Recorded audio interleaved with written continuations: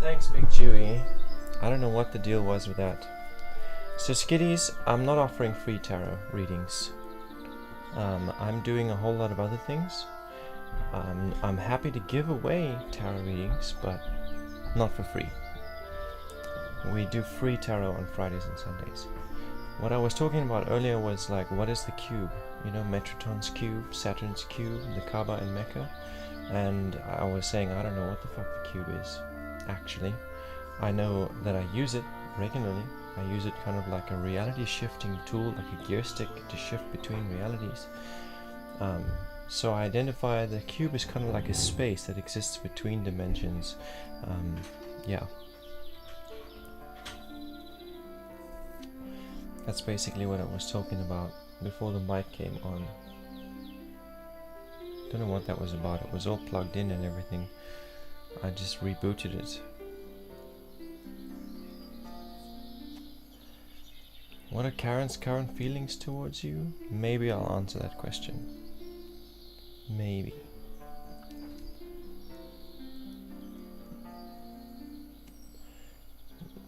These questions of what's my person thinking, what's my person feeling, that's really boring questions. Really. Like, first of all, you're really brave to ask that question, to want to know what other people are thinking about you.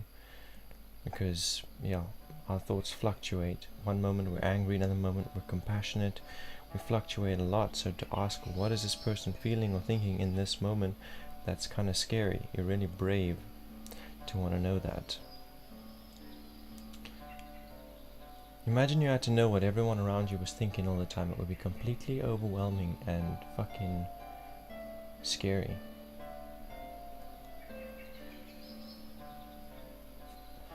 It would be downright scary.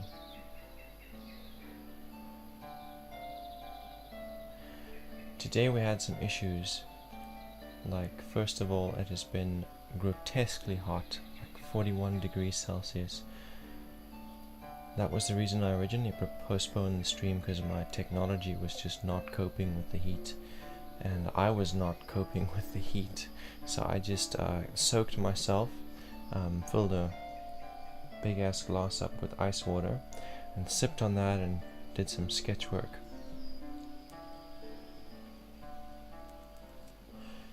I was like, okay, I'll do the stream when the sun starts to set, when things start getting cooler.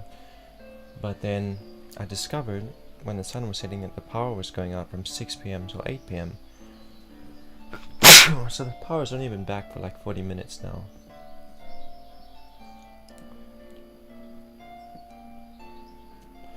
And then I was wondering, okay, what is the universe trying to say? Because I've been asking, what's the right time for me to be streaming? And then today the universe decided for me what time I'd be streaming. But how are you doing today, Big Chewy? I hope you're well.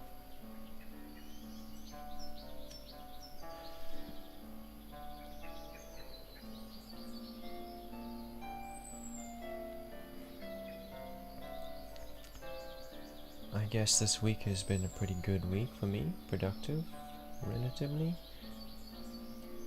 Yesterday was crazy. I wanted to draw the whole day. I woke up with the intention to draw. I set the intention to draw the day before already, and I just couldn't get around to it. Feeding the hordes in the morning. As soon as I was done with that, what did I do? I don't remember, but there was just one variable after another that came in, and I was like, okay, I'll draw after this, and I sit down to draw, and my sister calls me.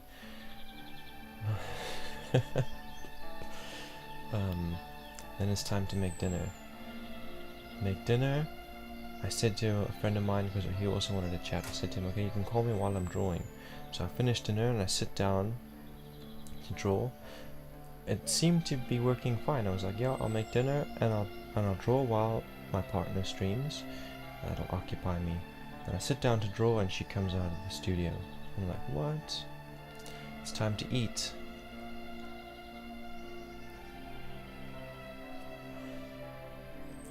But you know, everything in divine timing. I did a lot of sketch work today, so I didn't plan to sketch today because I planned to stream from 1 until 5. But yeah, whatever. No, Skitties, you were not answered. I was just musing about how asking to know what other people are thinking and feeling towards you is like a scary question. It's a dangerous question. Like, I wouldn't want to know what other people are thinking of me all the time.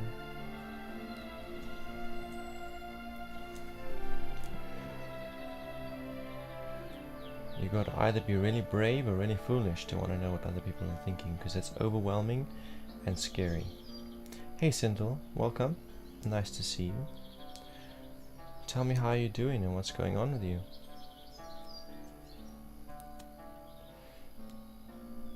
Today's like a chilled vibe. I'm not like feeling too professional. I mostly want to chat, get to know you guys who watch. Want you guys to get to know me. And I am gonna be peering into the black waters. We are gonna look between dimensions and do scrying. We're gonna collapse some realities into symbols so we can shift from one reality to another.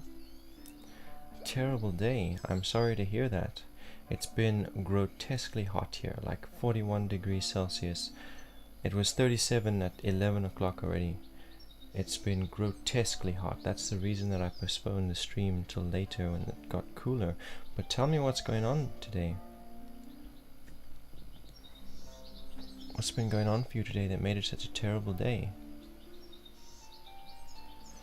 I literally had to soak myself in.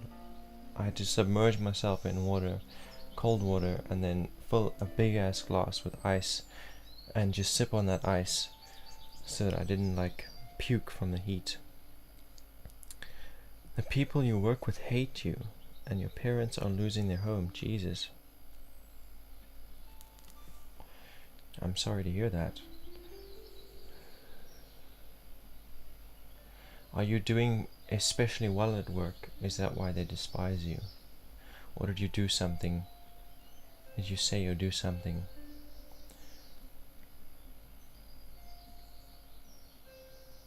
One of my favorite authors, Peter J. Carroll, he says in one of his works, he says, when your peers rise up against you to belittle you and make you feel small because of what you are doing and what you are creating, you can be sure that you're on the right track. So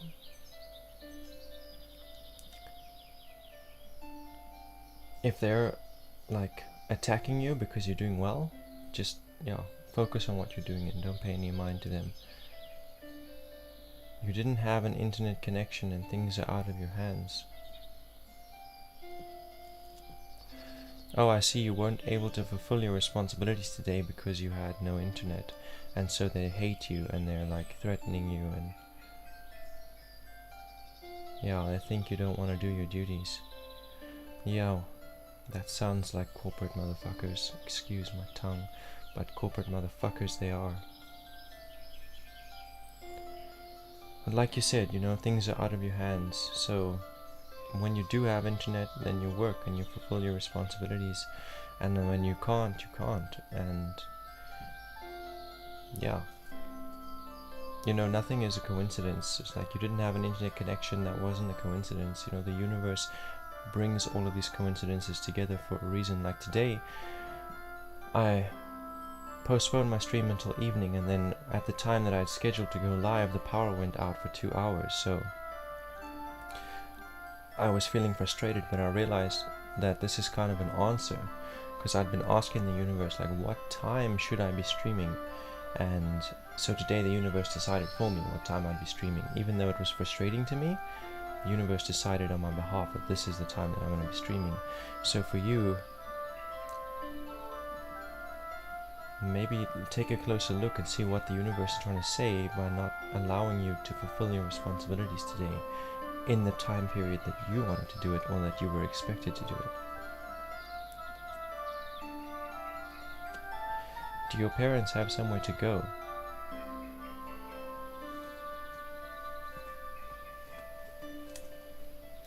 Like, do you have enough space for them to come and live with you?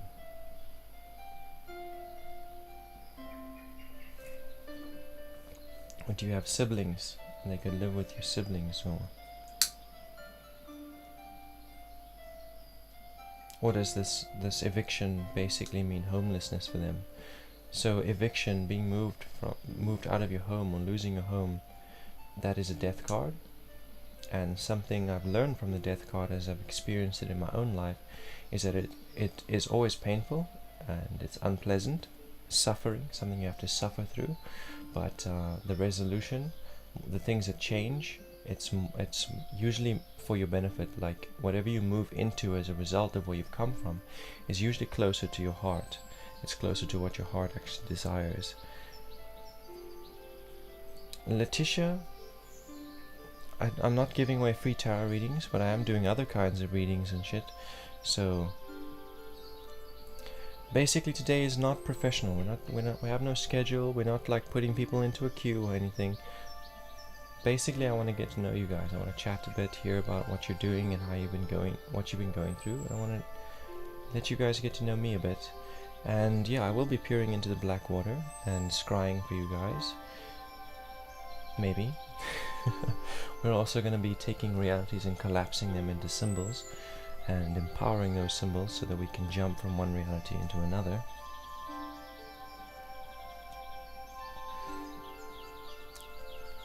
And we're going to do some healing too. Do some Reiki healing. Sindel says, I've been applying, I feel blocked.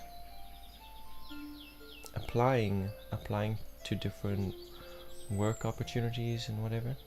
So something that the universe has been really stressing for me lately is that it doesn't actually matter what we do. As long as you do it consistently, it will create something for you. It will become something you can rely on.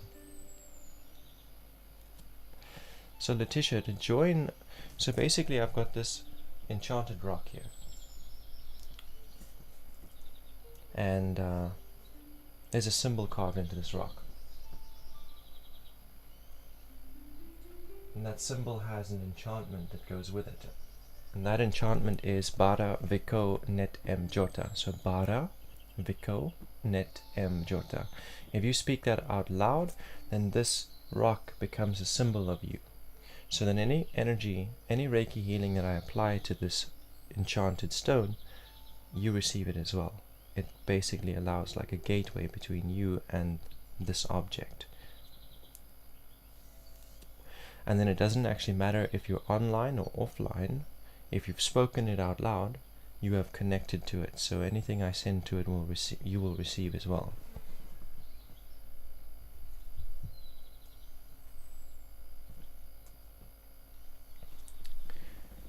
But then back to Sindel.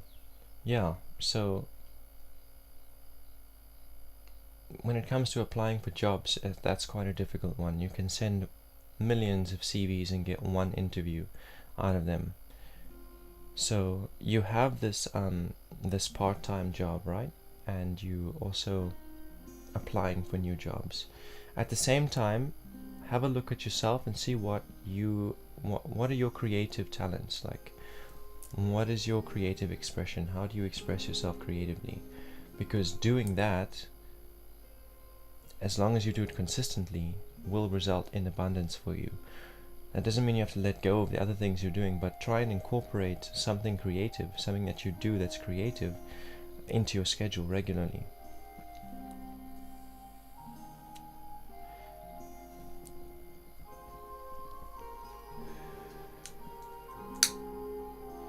And then there was something else. There was something else on my mind as well.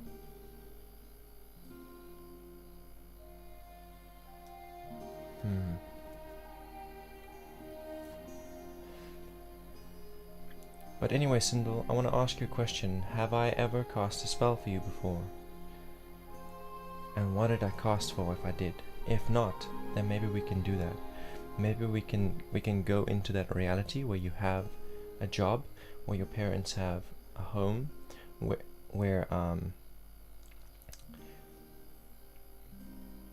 you're financially secure and they're secure. We will find that reality and we'll collapse it into a symbol and make it your reality, the one that you live in. So then let's do that. Let's do that. And is there anybody else who would like a spell, or would like to move realities, shift realities.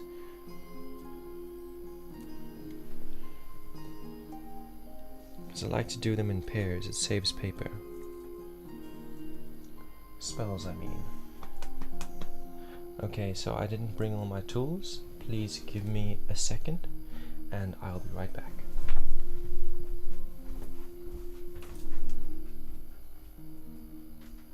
I need to come in, baby.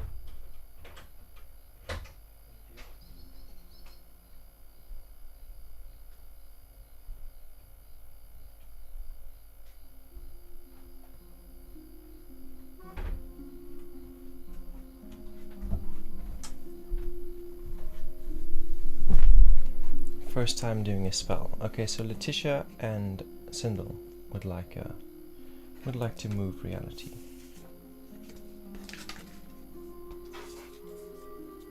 Oh, so this is the sketch that I've been working on today.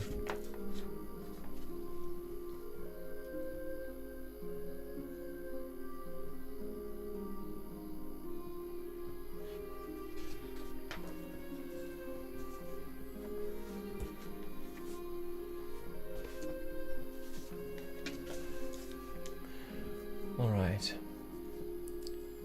So, how are we going to do this? Thank you.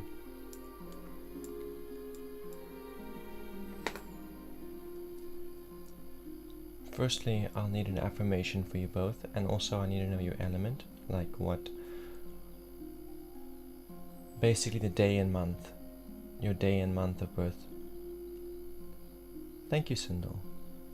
If you, I mean, you guys are on Facebook, you can see my profile picture and my cover photo. That's my art as well. Here's my profile picture, the full thing.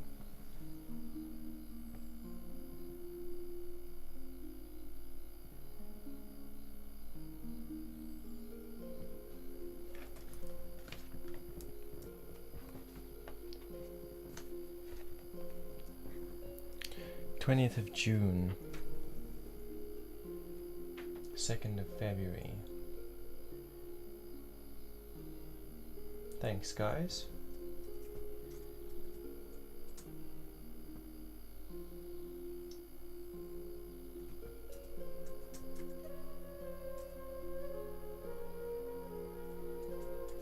I mean, I wasn't always this good. Like, I had a look at my first original profile picture that I drew.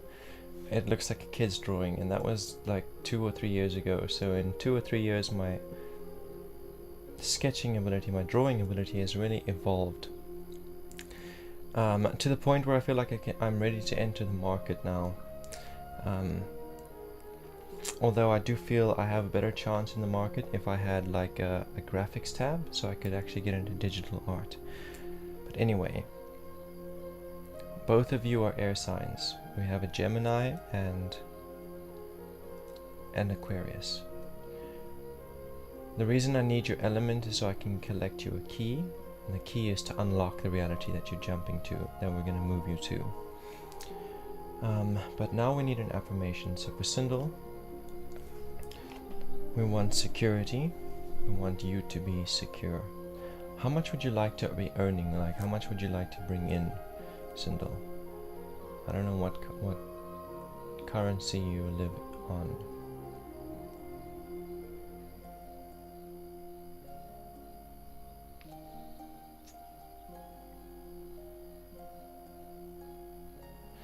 But basically, my productivity results in an income greater than my requirements. Is a good affirmation. You're South African, Sindel. Amazing. 15,000 rand a month is too little. You're worth a lot more.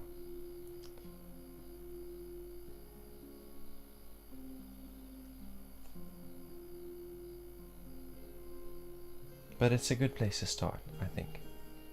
With room for growth. We can start there with room for growth.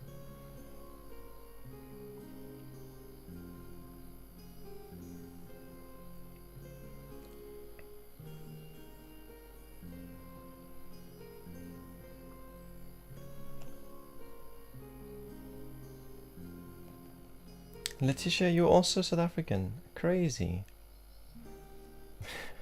That's crazy. I had no idea. I had no idea so many of my viewers were actually South African. Well, hello sisters. I'm also South African. I'm just outside of Nyes now, in the Western Cape.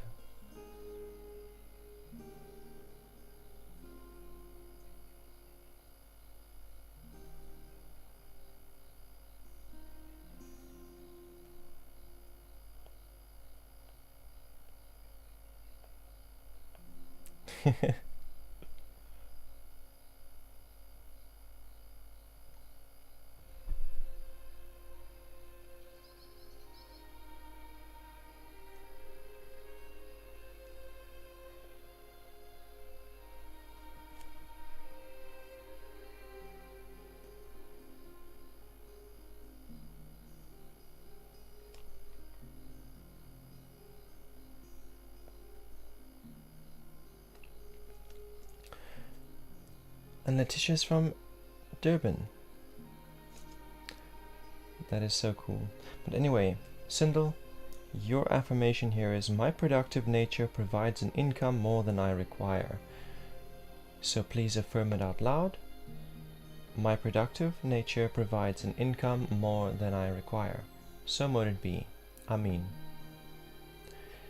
And then Letitia, what would you like to manifest? What reality are you going to?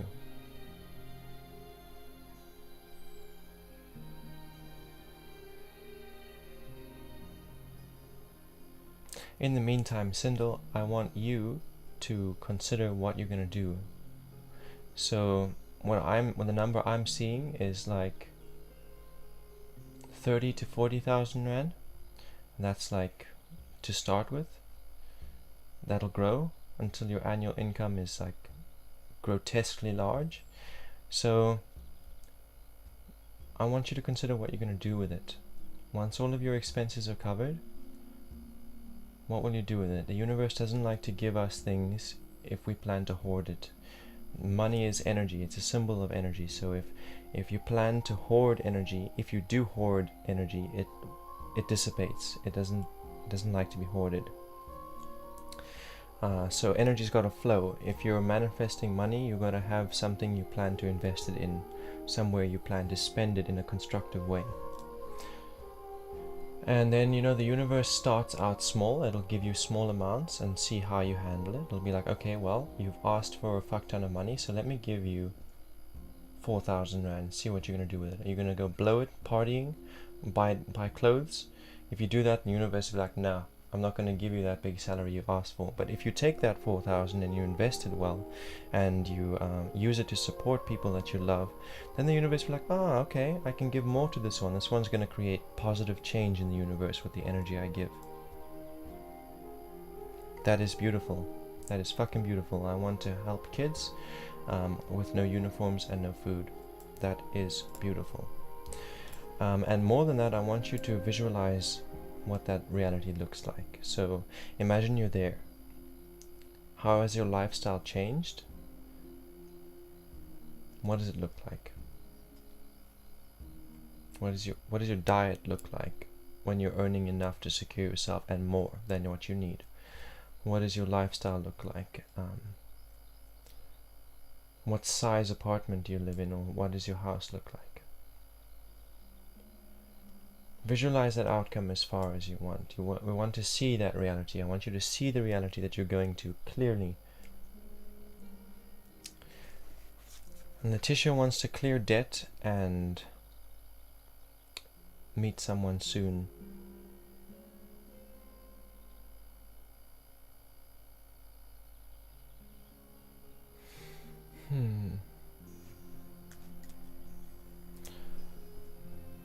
Gotta come up with an affirmation for you.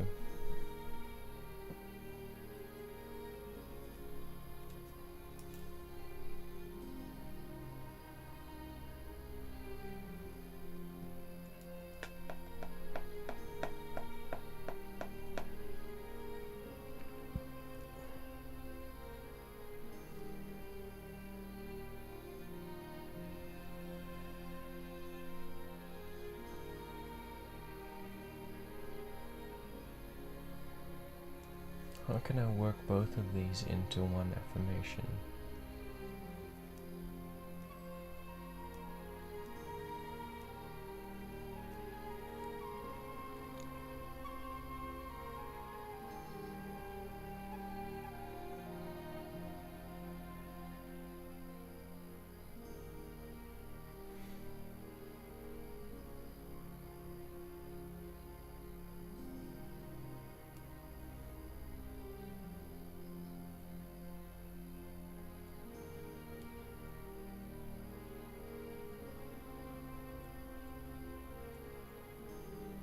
It's got to be something that's true. So what I'm thinking is something like, I am credited more than I am debted. Because that's the truth. The amount of energy you've given into the universe is worth more. Like, you're credited by the demon of wealth. You're credited by society and by the universe more than you are debted to man-made systems.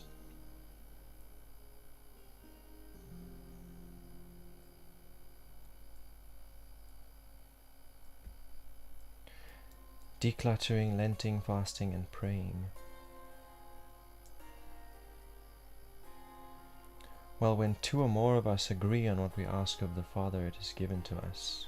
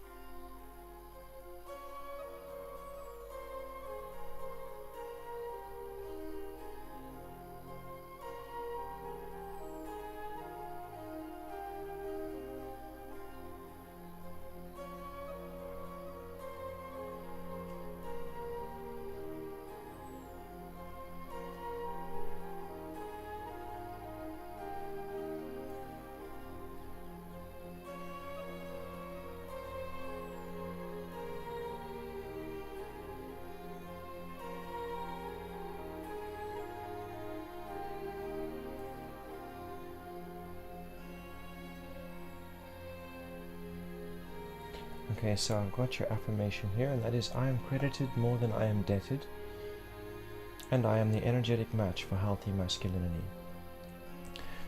Now, the second part of the affirmation is something that's going to happen to you as a result of this casting, of this enchantment. You're going to shift from being who you currently are into the energetic match for healthy masculinity. So any toxic traits you might have, any traumas or triggers that have come up and been a detriment to past relationships are going to suddenly fall away, and it's going to be a difficult period. It's going to be like a death card. It's going to be a whole rebirth in your character. I just want to let you know, but it will make you the energetic match for this relationship that you desire, a healthy, long-lasting relationship. Now, please speak it out loud, the entire thing, and affirm, I am credited more than I am debted, and I am the energetic match for healthy masculinity. Amen. So mote it be.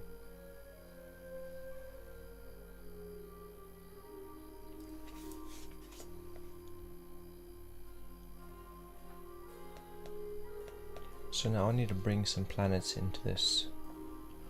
Planets rule over certain domains of the material world.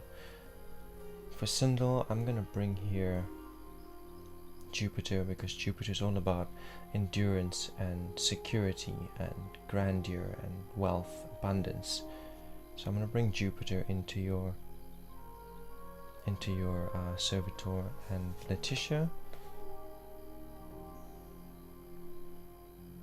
I'm going to bring Saturn, because Saturn's about creating order and structure and ruling over your reality. And Venus is about relationships and sensuality and love.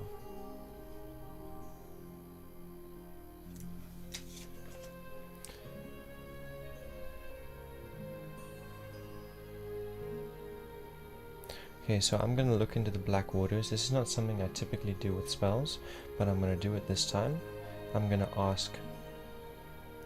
No, Letitia, Saturn. Yeah, Saturn is for you, right? I almost got confused. I thought Saturn was going for Sindel. But anyway, I'm gonna look into the black waters and see what they have to say for you and for Sindel. And then I'm gonna roll the dice to collect your key. You're both air signs.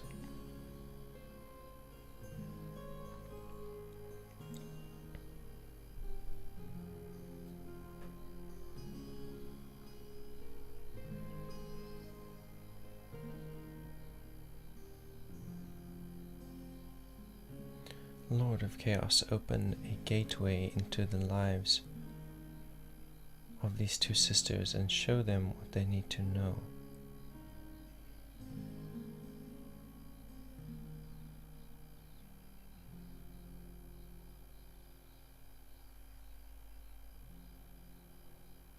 The first thing that I see is a man holding a stick.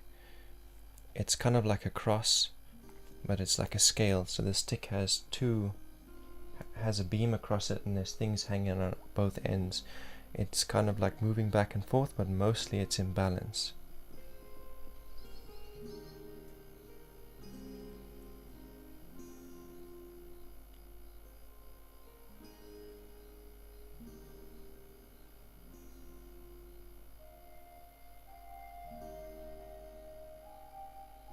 I will interpret these images.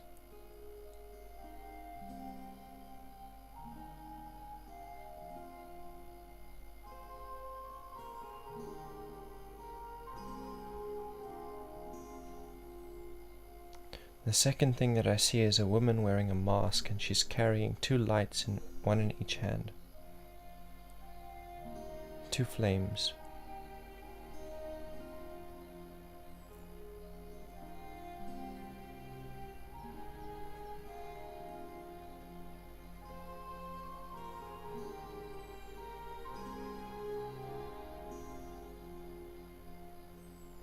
The third thing that I see here is a fox. The face of a fox.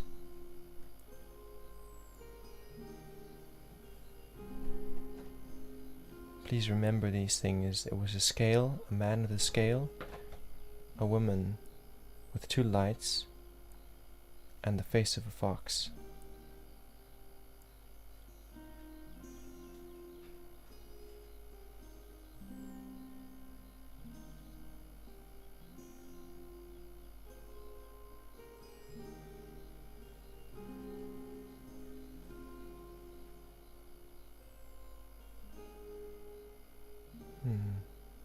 The images are distorting. I can see them all at the same time now. And that usually indicates to me that I've been shown everything that I'm going to be shown. So, the man with the scale is saying that you guys are trying to create balance. You basically live in a balance, like a perfect balance.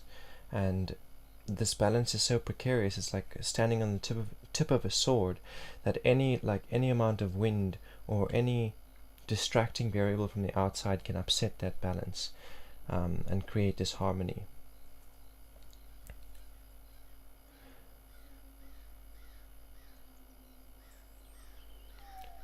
Basically, what this is saying to me is that your desire to be debt free, your desire to be in a healthy relationship, and Sindel's desire to earn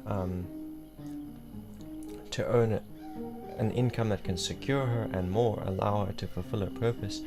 There's a specific kind of person that lives in these dreams, and this process of balance that you're going through now, this rebirth you're about to experience, is the process of you becoming that character that lives that reality, that lives that dream.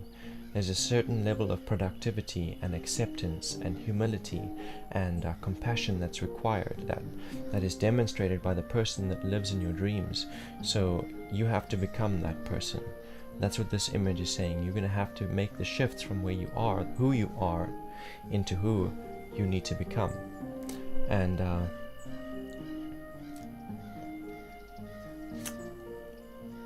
And that's going to look like letting go of certain habits and certain lifestyle and mindset. when feeling certain emotions, choosing to do something constructive and creative rather than reacting, because whenever you react to an emotion, whether positive or negative, reaction is always self-sabotage. You have to take deliberate action, not reaction. So if you have a plan and you're taking action towards that plan and you get an emotional response and you react to it, you separate yourself from that goal. You're no longer walking in alignment with that plan that you had set. You have to continue to be active. You cannot allow emotions to cause reactions. You cannot allow people to create reactions. You have to stay acting deliberately according to your own plans, regardless of what other people are doing or saying. You alone have that authority to separate yourself from your plans and your goals.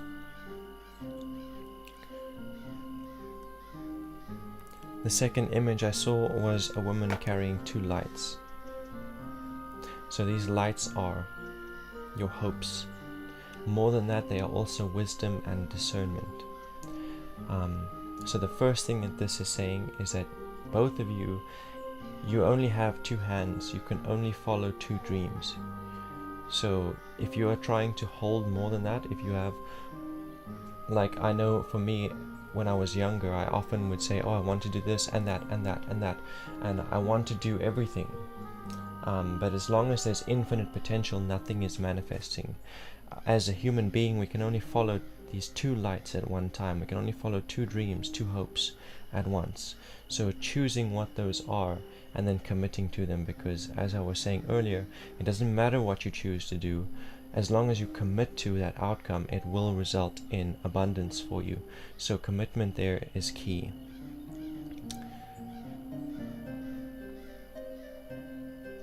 Making sure that you're not trying to work for too many things. And also committing, because if you've got your 2 lights, if you've said, okay, I want this kind of job and I want to have this kind of extramural activity, and I'm going to work towards these things, and then you look at someone else and say, hey, what they're doing seems cooler, so you throw away one of your lights and take that.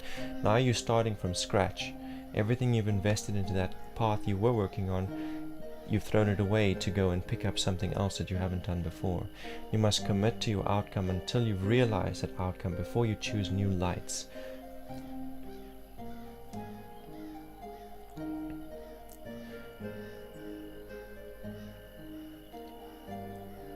Welcome Fireball Barney, welcome Rikasina, nice to have you guys in the chat.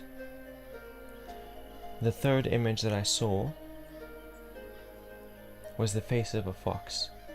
So this is just like saying to you, be sly, be subtle, and be cunning, like the fox.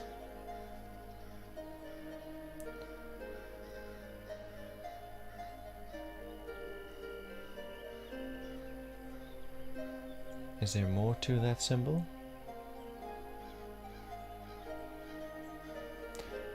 Subtle, sly, and cunning. Graceful as well. Being graceful, subtle. I like those 2, subtle and graceful. Basically, the fox moves unseen, he's quiet. He moves towards what he wants, what he's hunting, what he's after, without being seen or noticed by anything in the environment. And that's how you need to be as well, being low-key. Not talking about what you're doing, just doing it. Letting people see what you're doing because you're actively working in it, not because you talk about it. Not loud, subtle, and graceful and quiet, low-key. Working on your goals low-key. Bingo. Sindel says, I feel people are walking all over me. You decided not to be soft anymore. Oftentimes, if we voice what we're doing, there are people in our environment who come against those plans. If we say, oh, this is our new goal, this is whatever, or these are the changes I'm making, then people in our lives, particularly family, try and make it a big deal and try and make it really hard for that to happen. So when I say low-key, I mean not... If you know someone is going to have a problem with your rebirth, then you don't communicate with them. You just move subtly around them to accomplish your goal. You don't have to dominate their will, and they don't have to dominate yours. Your will can just be subtle and sublime.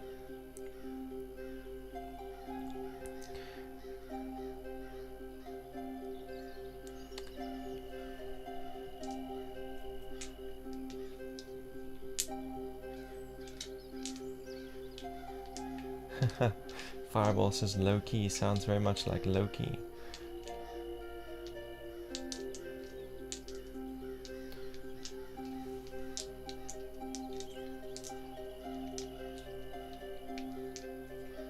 So Letitia, I want you to visualize your outcome now. Your desire for a healthy relationship and your desire to be debt-free. I want you to close your eyes and move yourself into that reality where you are debt-free and you are in that relationship you desire. What does it look like? What are the characteristics of this man? What kind of bed do you sleep in? What house do you live in? I want you to visualize the entire reality in as much detail as possible. I want you to see it clearly, because we're going to capture that reality and collapse it into a single image.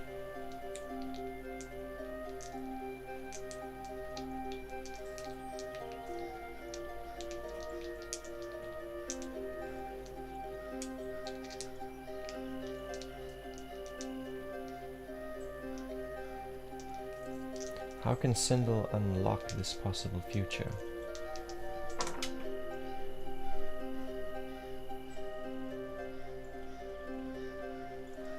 Your key is 15.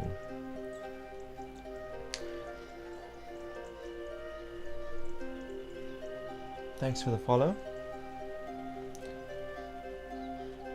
Kitsan Wolfkit, thanks for the follow.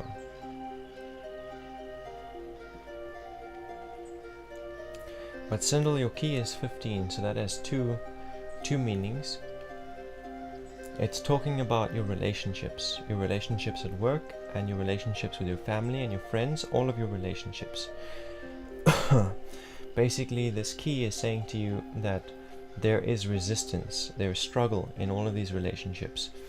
Certain individuals want to be right all the time. They want to make your opinion or your beliefs or your practices or your work seem small and insignificant, or like you're wrong and they're right, and you need to listen to them and take their advice, and they want to argue about it until you agree with them. And this is happening in the workplace, this is happening in your family life, and this is happening in your relationships. Now, not everybody is treating you that way, but there are a lot of people who are doing that. And the key here, the key that this is suggesting for you, is that you don't lower yourself to that same level. You don't have to engage in that argument. You don't have to prove yourself to be right. You don't have to give them evidence that you are doing your best. You just do. You are the only one who gives yourself validation. You don't need validation from co-workers, from bosses, from family, from nobody except you and your ideal self. That's where your validation comes from. And when they are arguing with you, you just smile and wave. You just smile and thank and yes, yes sir, whatever sir. You know, they don't know.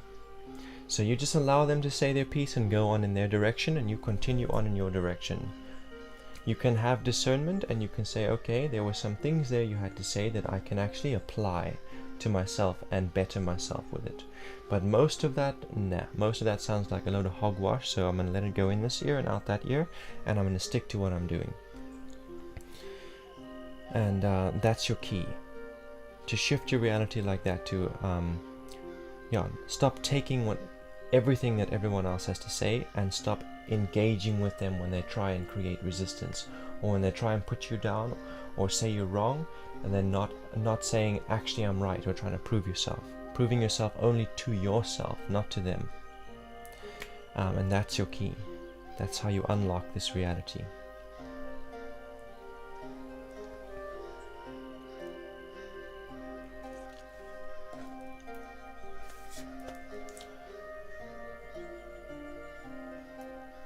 Remember, I said I'm bringing Jupiter into your servitor, so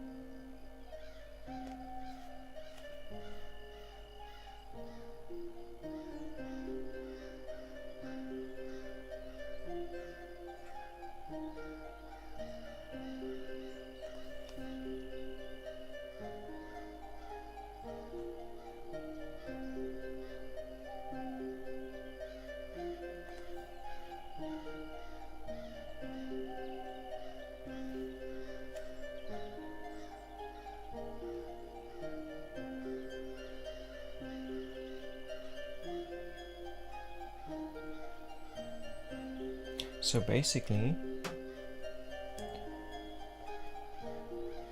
according to quantum physics, quantum theory,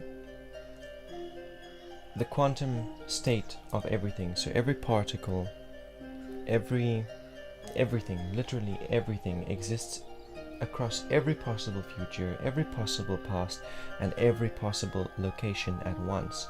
And it only collapses into its singular state, into its singular present state when it's observed.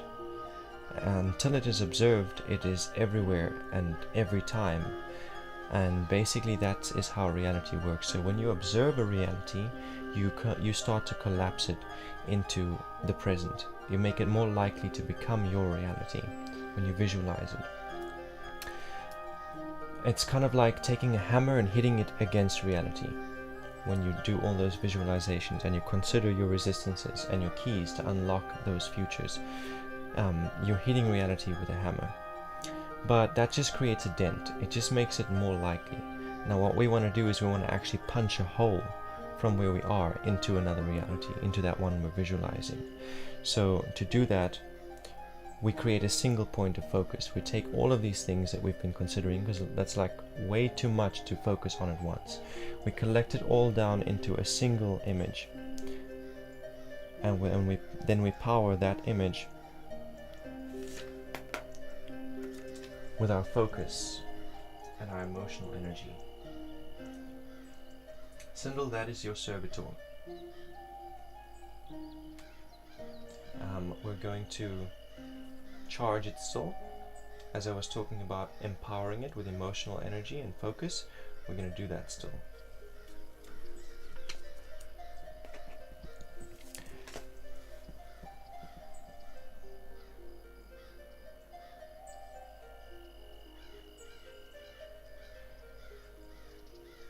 Now I need to fetch a key for Letitia. Fireball Bonnie says, I wanted to ask her, what does a spirit or soul consultation do? Is it anything to worry about? I mentioned my fear to someone else and they said you definitely need one, but I do not wish to say anything else until you can provide the energy exchange payment, which I understand all about the energy exchange. It's just the way he said it that freaked me a bit. So there is a distinctive difference between spirit and soul. Spirit is breath, spirit is purpose, soul is person or character. When I use the term spirit consultation, I literally mean that we're going to do a consultation, but I'm going to be reflecting as if I was wisdom, as if I was the spirit of wisdom. You're going to tell me things, you're going to talk to me, and I'm just going to reflect it back at you in the spirit of wisdom and discernment.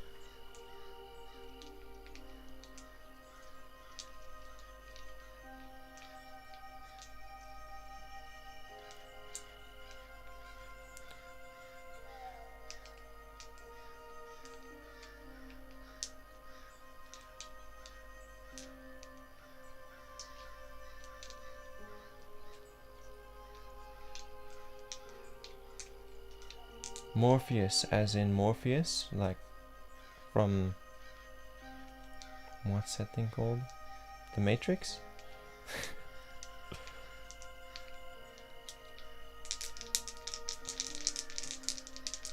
How can Letitia unlock this reality she desires?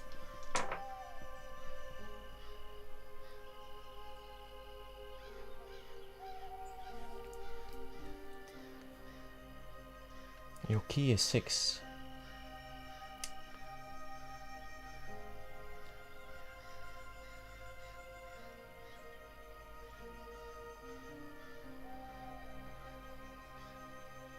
And what the number 6 is, it's overcoming your previous limitations through relationship and interaction. So here's an example. I have a goal and I have certain technology that can help me get there, and I have certain funding that can get me there, and I have knowledge and experience that can get me there.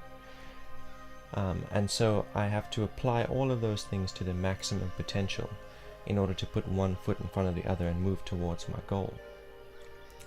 But there are always limits on how much I know. There are limits on what my technology is capable of, and there are limits on how much funding I have for this project. And then if I try and reach further than what my technology and my resources and my knowledge can take me, I will end up going backwards rather than forwards.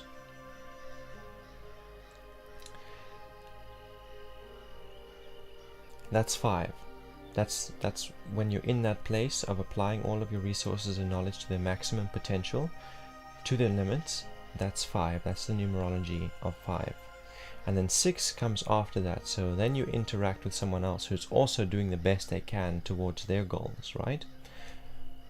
And you guys start interacting and communicating. Now you start having new experiences together. You're sharing knowledge. You talk about what you know, they talk about what they know, and you learn from each other. You expand your knowledge through that communication. And as the relationship grows, you give each other access to new resources, giving each other access to new pieces of technology, new books, new funding.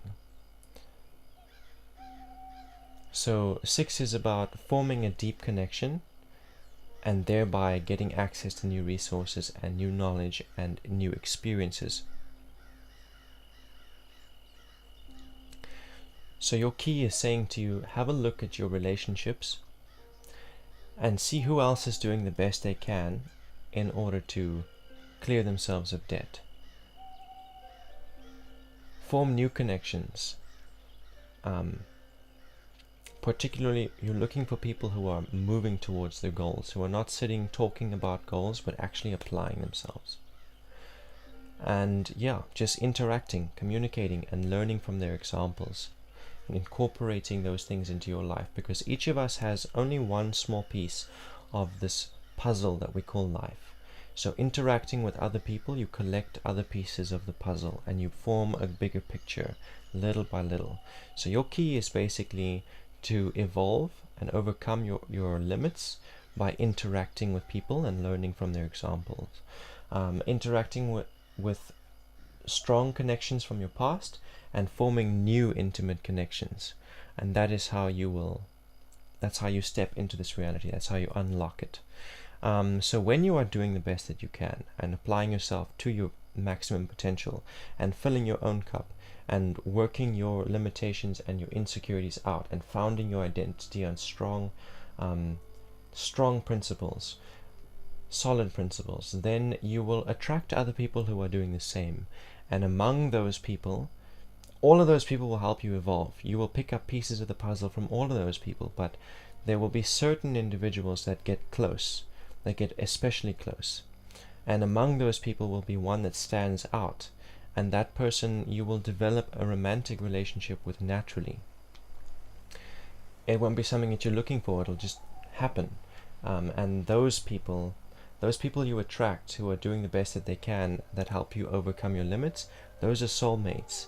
And the one that stands out from among them, that the deepest connection, the one you have the deepest connection with, those are twin flames.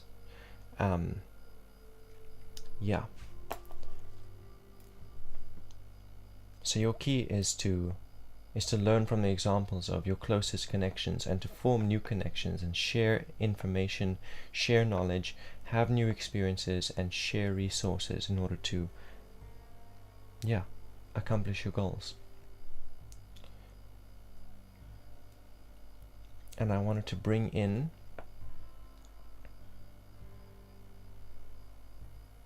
Venus and Saturn.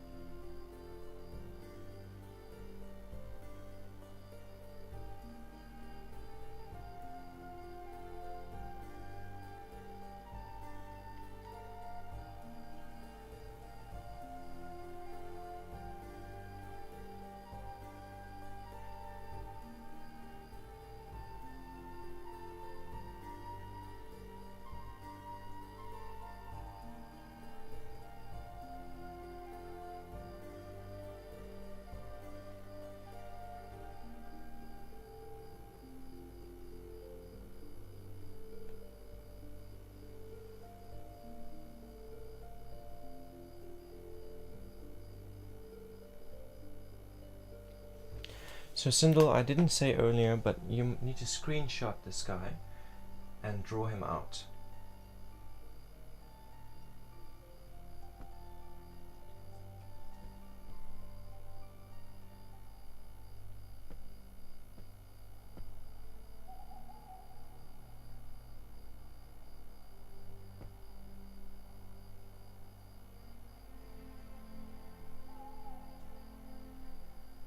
That should be enough time.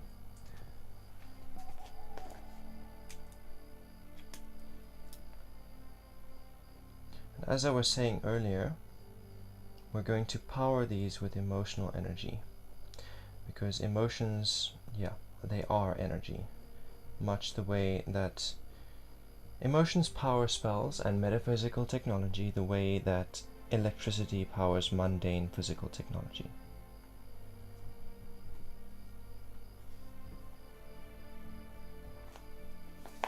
So the same thing to you, Letitia. I want you to screenshot this guy.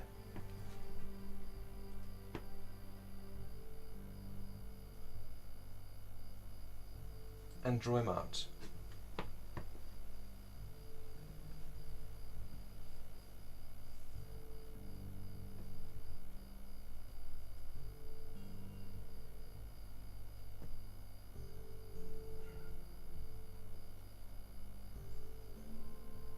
Come on, where's my focus?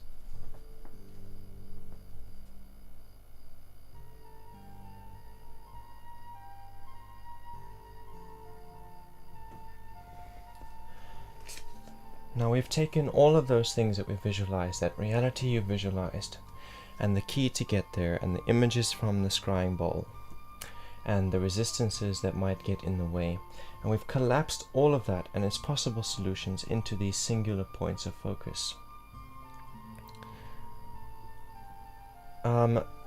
The Windows key plus print screen on the laptop will create a screenshot. Windows key, print screen, and then you have to like paste that into your messenger chat or something.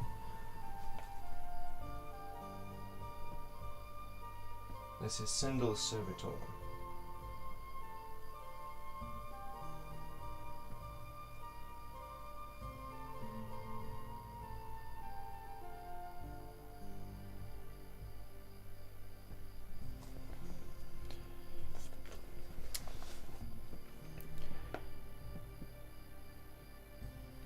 Yeah, so summoning up enough emotional energy, well, enough is a bit of a fickle word.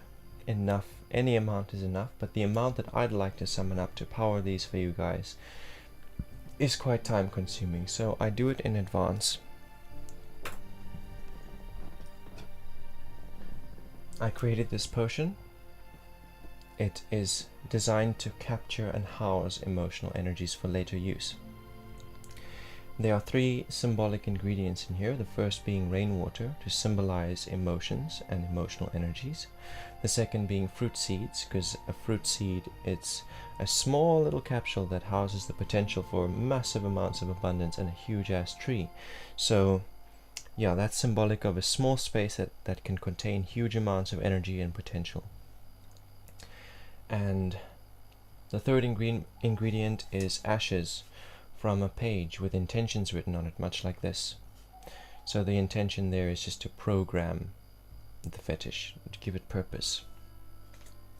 And then what I did was I had those ingredients in a transmutation circle around me, and I sat in the center and I relived my most intense emotional experiences, and I allowed myself to feel those emotions again, and I relived them again and again until I felt those emotions moving through me like literal electricity, like I was being submerged in soda water, and I was feeling buzzing all over my skin. And then I began to speak the enchantments and put the ingredients together into the potion. So I'm going to take of this energy now and apply it to your spell, because earlier I used the metaphor of hitting reality with a hammer. Now these servitors, these singular point images, one-dimensional spells, they are like nails. So it's like you put the nail against the wall, against reality, before you hit it with a hammer. Now, earlier when we hit the wall without the nail, we made a dent. Now we're going to hit the wall with a hammer and punch it right through.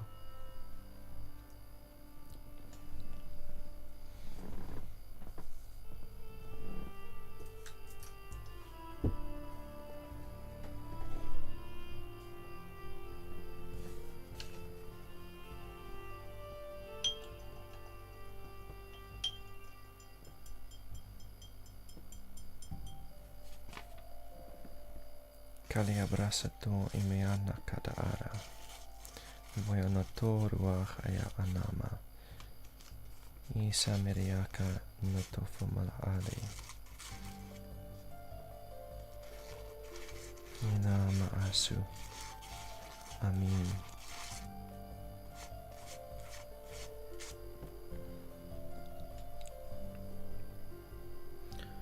And lastly, this flame is our intentions, and this page is reality. The symbols and the words on the page are the changes we desire to impose on reality. So taking our intentions, we're going to apply it to reality and transform it in accordance with our desire and our will.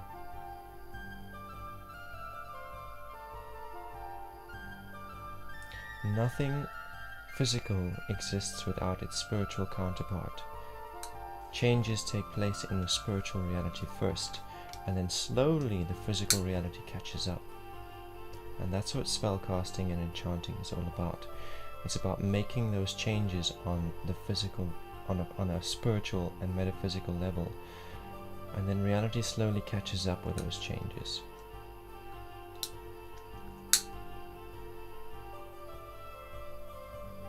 And there I feel that soda water sensation. Whenever I apply the flame to the potion and it starts to evaporate, I feel that same sensation I felt when I created the potion. And that indicates to me that it's working, that the energy is being transmuted and redirected. So mote it be.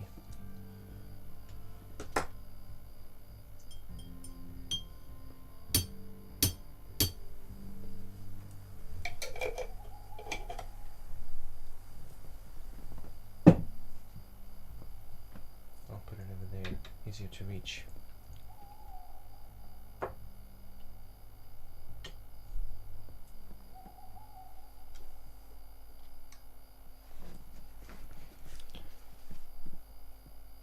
As soon as the spell is cast, reality starts to change. And the changes take effect immediately.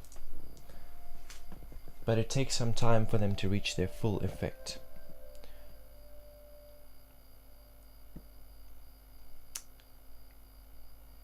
In my experience, just about every spell I cast, I see the results immediately. But the results don't stop there. They continue. I continue to see them again and again for about a year. So every spell, it affects your reality immediately, and it lasts as long as a year. It continues to change reality for about a year.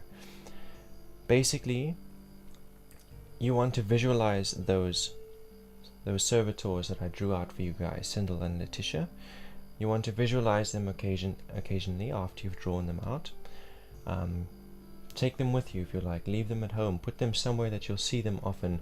Every time that you see them, all of those things that we programmed into them, they're in your mind, they're in your subconscious. So it affects you and you affect it every time that you see it, every time that you visualize it. Basically, they are alive. We've brought them to life now.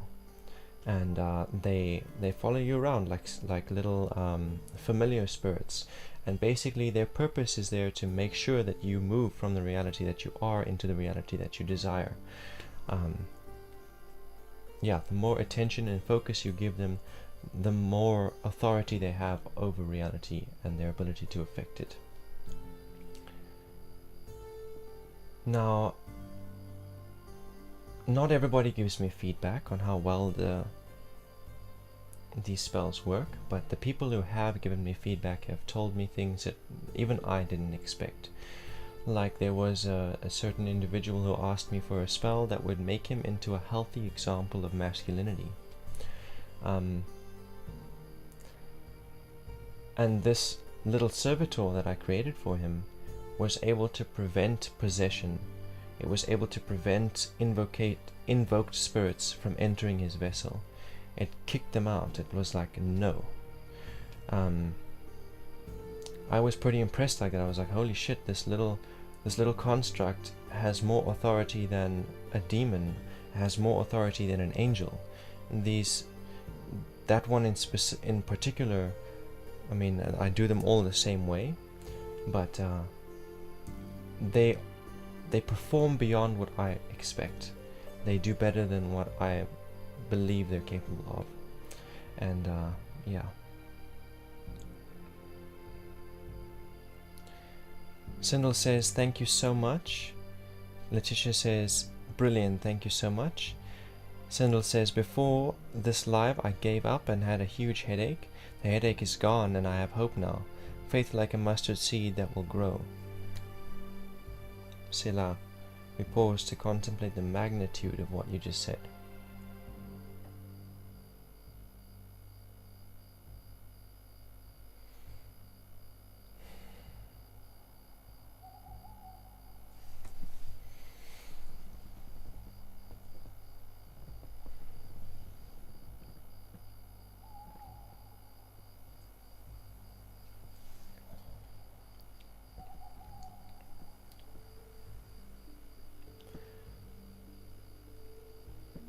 It is exciting stuff. Reality shifting is exciting stuff. Sometimes it's scary as fuck too. The last time I did this for myself, I had a near-death experience. Welcome, Champagne. How are you doing?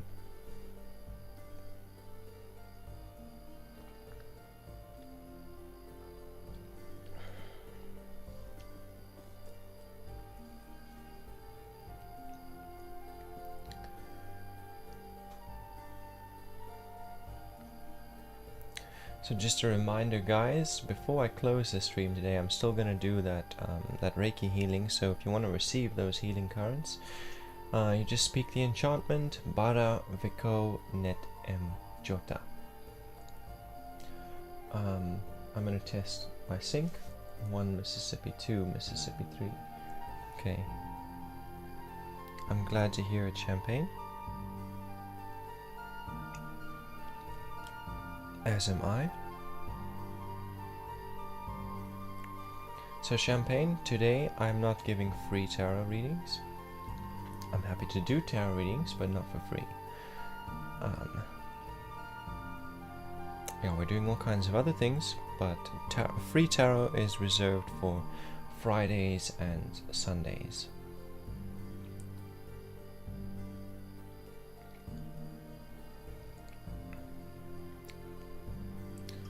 But you want to know if you made the right decision? I'll douse with a pendulum.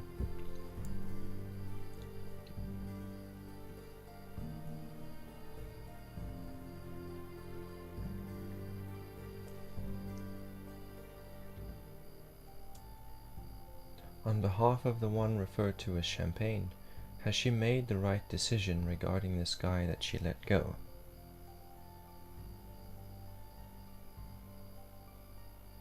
So I don't know if you can see it, but that backwards and forward swinging is a yes.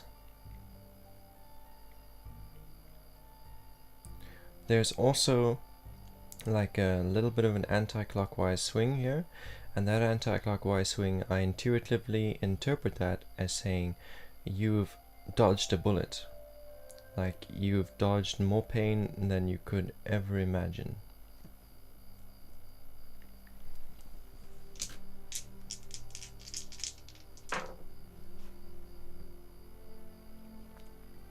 And the numerology of that die cast is 7, and so that's just a little bit of advice for you.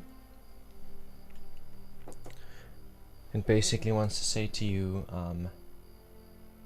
take a moment to consider what your outcome is. What do you want to create with your reality? Like, what do you want to create with your life? What kind of house do you want to live in one day? What kind of car do you want to drive? How much are you going to be earning? What purpose are you going to choose for yourself? And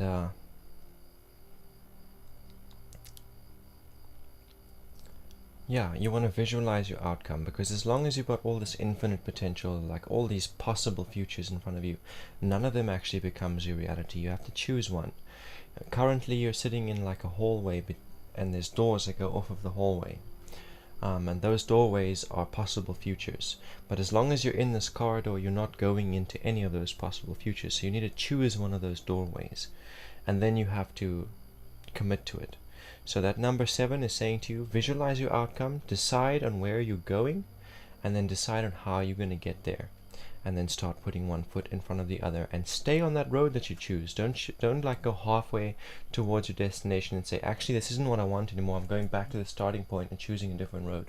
Because then all the effort that you've made, it's like that joke with a blonde who swims halfway across a lake. She gets halfway and she's like, oh, that's too far, I'm going back, and swims back. It's like if she had kept going forward, by the time she got back she would have been on the other side of the lake. And that's basically what that is saying to you. I'm glad that you received value from that little session of divination.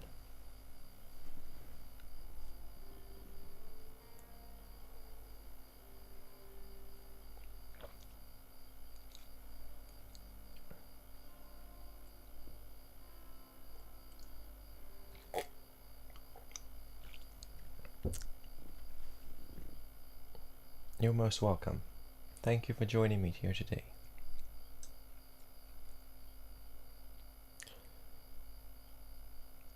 It's almost a burden, you know, to have divination as a tool, as a resource, because it's like there's seldomly am I faced with a decision or a circumstance that I don't know how it's going to play out, and a lot of the time that is like burdensome, and I say, well, I don't even want to accept that that's how it's going to be.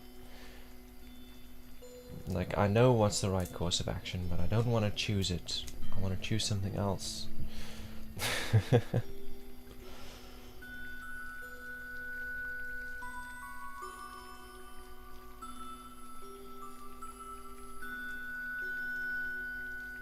Anyway, Champagne, I hope you will subscribe, and I hope that you will share. And if you got friends and family, and you feel like you meet someone who could benefit from the value that I offer here, then you could send them my way. I hope you'll hit that like button as well, because hitting that like button lets YouTube's AI know that there's value here, and so the AI starts recommending me to more people. You're saying, yes, that's me, I'm an intuitive as well, and don't like to take in my own knowing. Yeah. It's like you know, but you're like, fuck the universe, man. I don't want it to be that way. I know it's that way, but I don't want to accept it. I want it to be something else.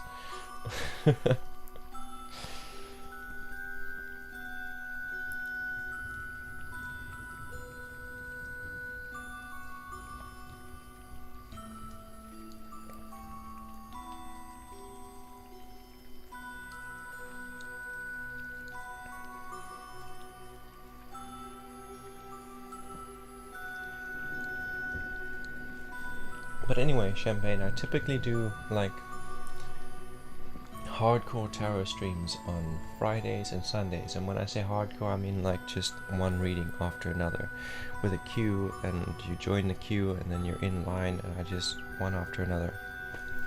Today, on a Wednesday, we don't do things quite like that. On a Wednesday, I demonstrate all of the other things that I have. I mean, this is only the tip of the iceberg. Spell casting, reality shifting, scrying, numerology, pendulum, Reiki healing. That's just the tip of the iceberg. But yeah, in this it's more like fun. We chat, we talk to each other, get to know, we talk about our lives. I take these Wednesdays out to get to know my audience and for them to get to know me. And yeah, just to chat, we bounce ideas, we talk about metaphysics, and yeah.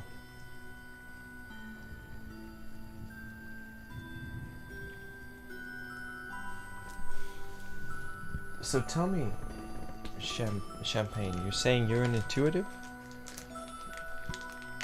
Do you have a channel? Do you have like a mystic business?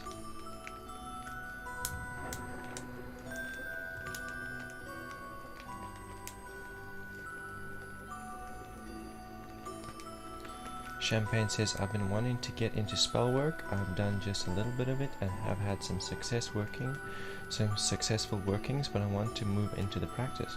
Well, I'd encourage you to check out my social links, because I upload little useful spells semi-regularly, and I also write articles on deeper metaphysical principle. Like one of my most recent articles is titled Sex, Death and Blood, and it's basically deconstructing the stigma that's attached to sex magic, death magic and blood magic, and what that actually entails and what it looks like and why it's used.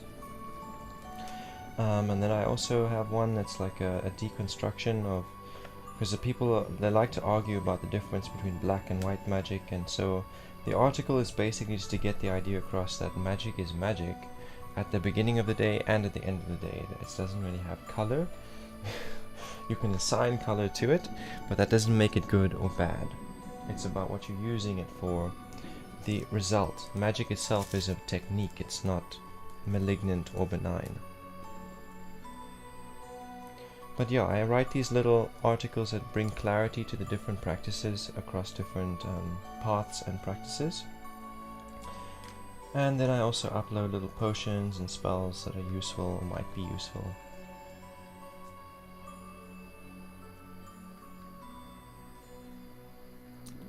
Facebook I do only, not use YouTube. Well, you're currently on YouTube. I'm on Facebook, I'm on Twitter, I'm on Medium, I'm on Discord, Instagram, Twitch TV, LinkedIn.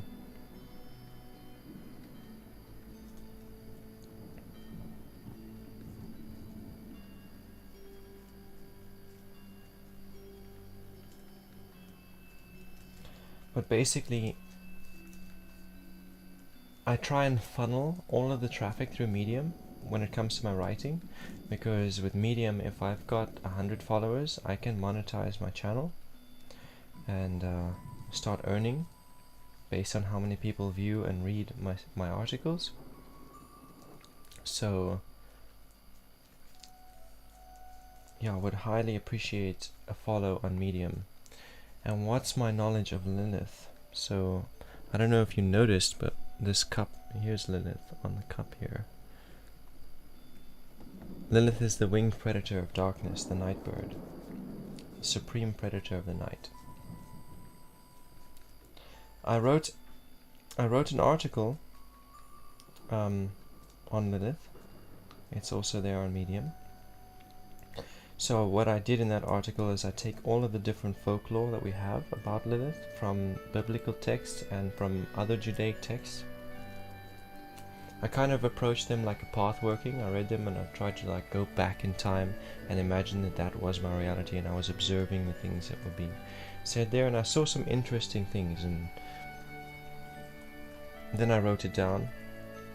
Also considering the astrology, because we've got certain astrological bodies. We've got the dark moon Lilith, the black moon Lilith, and the asteroid Lilith, and each one of them corresponds with one of her different aspects. So we've got the mother, the virgin, and the crone in the divine feminine.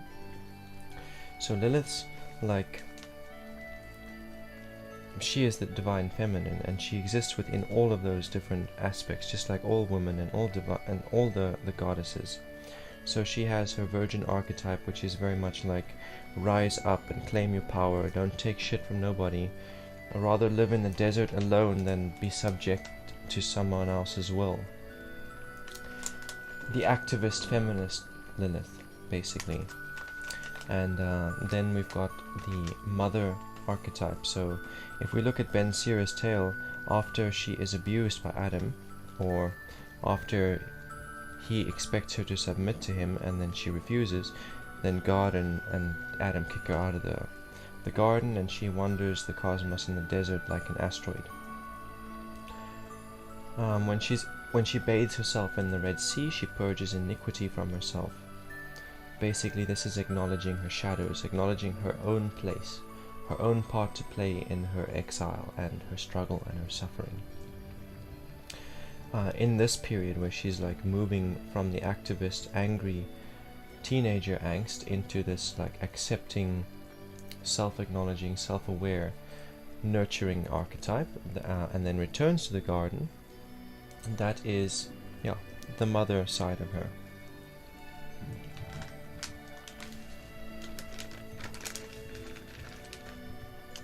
And then after, so consider it like this. Lilith wasn't an actual person. Lilith is the divine feminine. So Adam was born androgynous. I mean, Adam, it's not actually a name, it's a title, and it means the first one. So the first human being was androgynous, Adam, male and female. And these different parts of this person vied for control of the vessel. It wanted to be feminine and it wanted to be masculine. That's what the wrestling was about, that they talk about in Ben Sira's tale of Lilith wanting to be on top and Adam wanting to be on top. It was who's in the light, who has conscious control over the vessel. And then at some point they separate into two. So what this looks like in my mind is that this androgynous being suddenly found itself pregnant, and it gave birth. Now that new child was equally masculine and feminine, equally androgynous, just like the first one. As that child grew up and matured, there was a point where there was some kind of questionable sexual interaction between them, and that was where Lilith leaves, where the feminine retreats, leaves. The feminine did not like that encounter. Neither of them. The feminine leaves their vessels, wanders the cosmos, wanders the wastelands, outside of Eden, outside of perfection.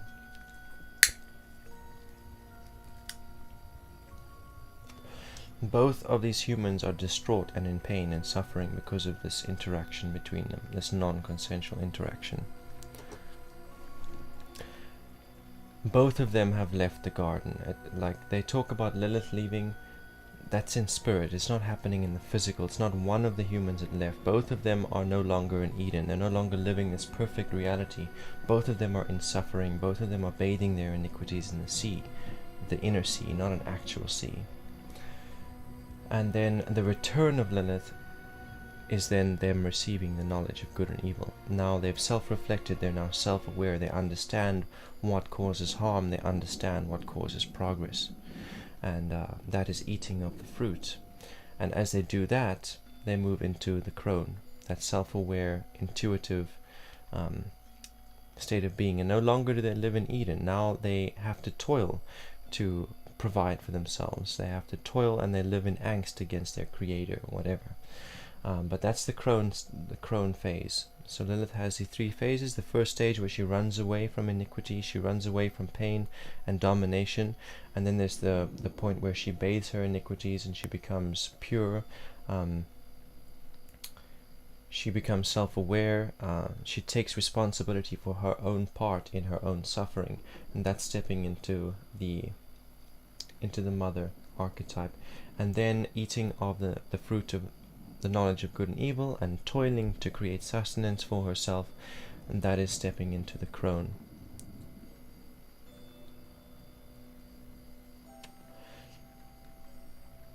You feel connected with her for some odd reason. I felt like you are connected with her, and is why I asked. Yes, Lilith is the primary deity in my pantheon, and you say you have her in your 12th house. All three Liliths in Virgo, my moon house, as well as with Mercury and the South Node. So the Lilith in astrology, in our, what do you call those things, in our natal charts, that little symbol of Lilith that they put there, that's the black moon. So you're saying that that your moon is in Virgo, and that your Lilith is also in Virgo. So the black moon is the point between the Earth and the moon that they actually orbit around. So the Earth isn't still and the moon going around the Earth. They're actually like pulling on each other.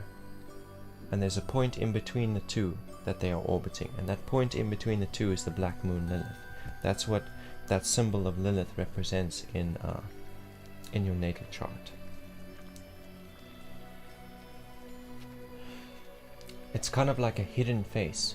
That point, that invisible point between the moon and the earth, is bigger than the moon but smaller than the earth. It's like if you took both of them and you made an average planet, like between the two sizes. That's how big the influence of Lilith is. So it is a bigger influence than the moon, but a smaller influence than the planet.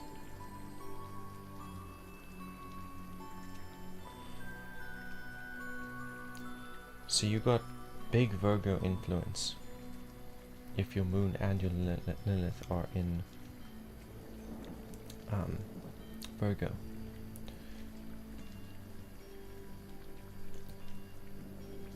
How did I start working and connecting with her?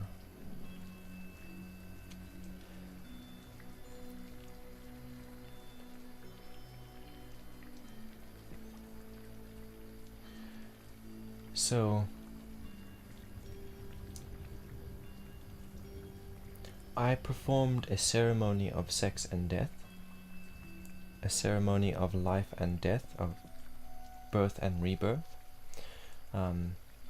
I'm a chaos magician, that's where my roots are, and so chaos is the point of balance between sex and death, between life and death. So the point of that was to contact chaos. It was to reach that point of balance in between the two.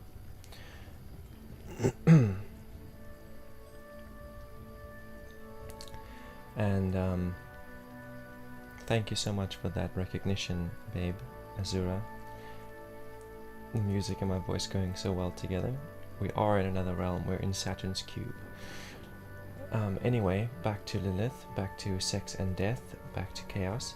So the point of the ceremony was to connect with that point between the two, that point of chaos and balance.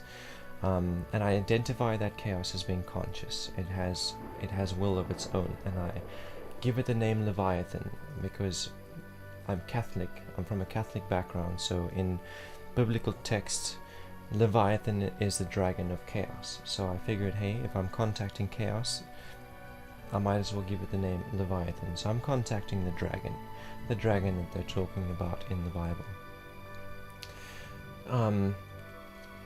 So I did the ceremony. It was like I had a sacrifice. I had a chicken, a dead chicken, and so the ceremony began with sex, with like self-stimulation, and then sacrifice at the end.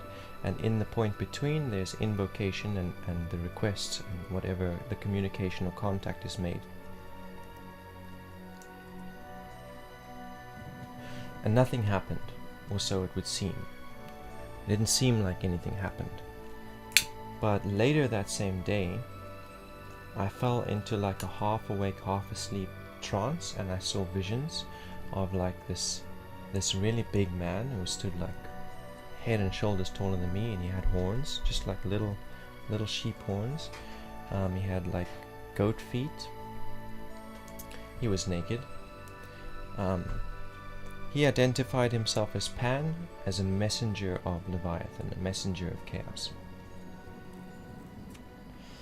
And we spoke at length. I'm not going to get into too much detail what we discussed, but at some point he said to me, Lilith will come and be your strength.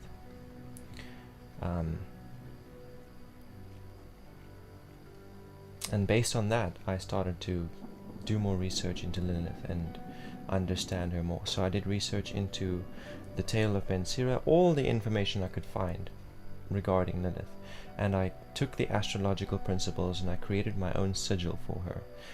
And so whenever I wanted to contact Lilith or reach out to those frequencies, then I would use that symbol, that sigil or seal, to reach her frequencies.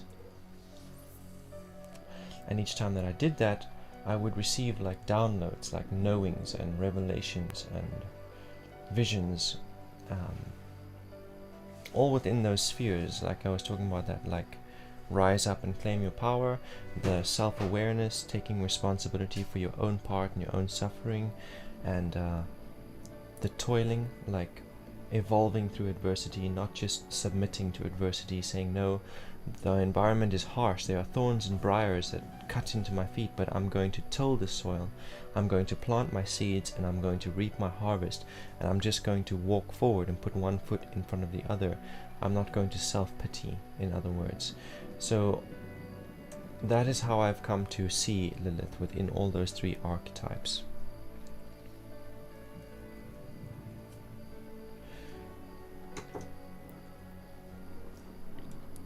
And something else I noticed is that the more I did this, the more I communicated with her, I would get owls would come. Like, there was one evening when there was an owl sitting right outside my bedroom window. And there was one experience where I was doubting myself, and I was doubting all of what I'd discovered and learned and all these mystic journeys I'd been through. And I cried out to Lilith and I said, show me that you are real, that you are here. And nothing happened, seemingly. But I woke up later that night to the sound of like a whole chorus of owls. There was an owl here on the telephone wire outside. There was an owl on the electricity post. There was an owl on the fence over here. There was just hooting owls everywhere. And I saw that as absolute undeniable confirmation as Lilith answering my request. Because, yeah, Lilith, the name literally translates to night bird or night owl. And I've come to recognize the owl as a messenger, as her messenger, an oracle of her energy and her spirit.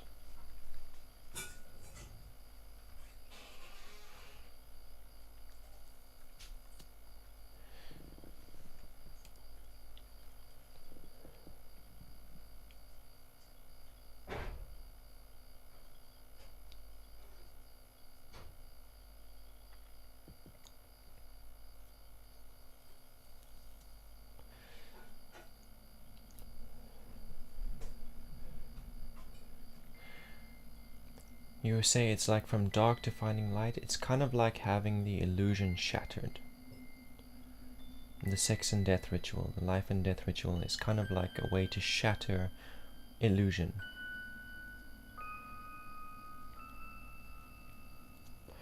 To shatter false realities so you can see yourself and your environment clearly.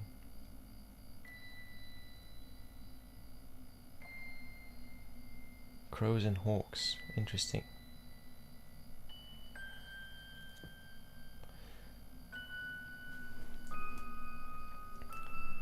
The synchronous encounters I've had with our crows usually happen during ceremony. So if I go out into my temple in the forest here, which is like a 5-minute walk from where I am, and host a ceremony for myself, like a private little ceremony, then I find that crows and ravens like flock to that place. 1, and then 2, then 3, until the trees are full of them.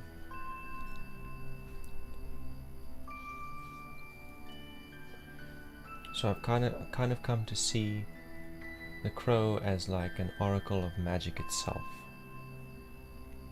and like that raw essence that is magic, Heka.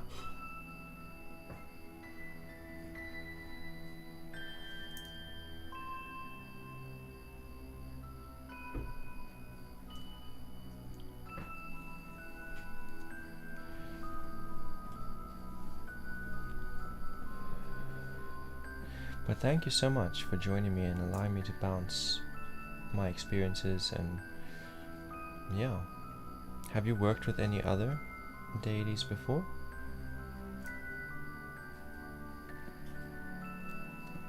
I'm really keen to hear about the other practices you have and the other deities you've contacted.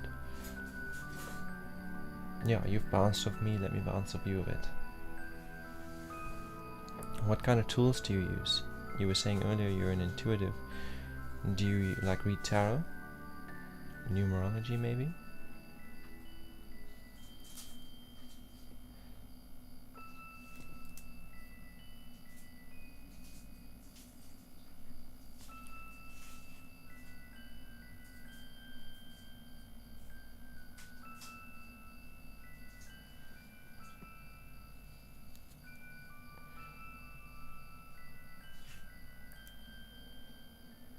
No. Okay. Well, blessings of prosperity and security to you. as you embark on this journey and connect with Lilith, who seems to be your matron.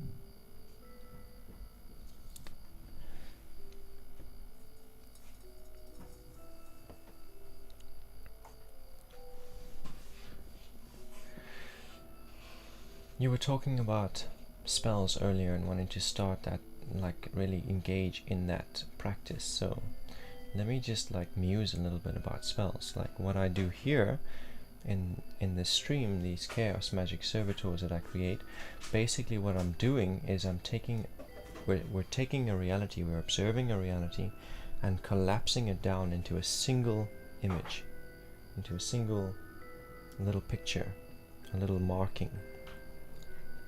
So you visualize your reality, you consider a key, a means to get there, you consider resistances that you might face along the way.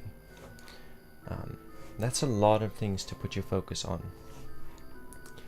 But anyway, when you're doing this, when you're doing the visualization and the contemplation and the self-reflection, you're like hitting reality with a hammer. You make a dent, you make it more likely to become your truth. But ideally we want to punch a hole. We don't just want to dent it, we want to actually make a hole. So then when we collapse all of those frequencies down into a single point for focus, it's like a nail that we can put there on the wall before we hit it with that hammer.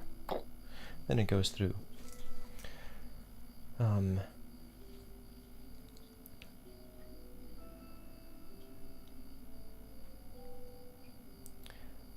Yeah, that's a little bit of basic theory. And then we power our spells with emotional energy. Emotions are energy. And that's the point of like sex magic and death magic and blood magic. It's like a shortcut or a gimmick to make sure that you get enough emotional energy flowing.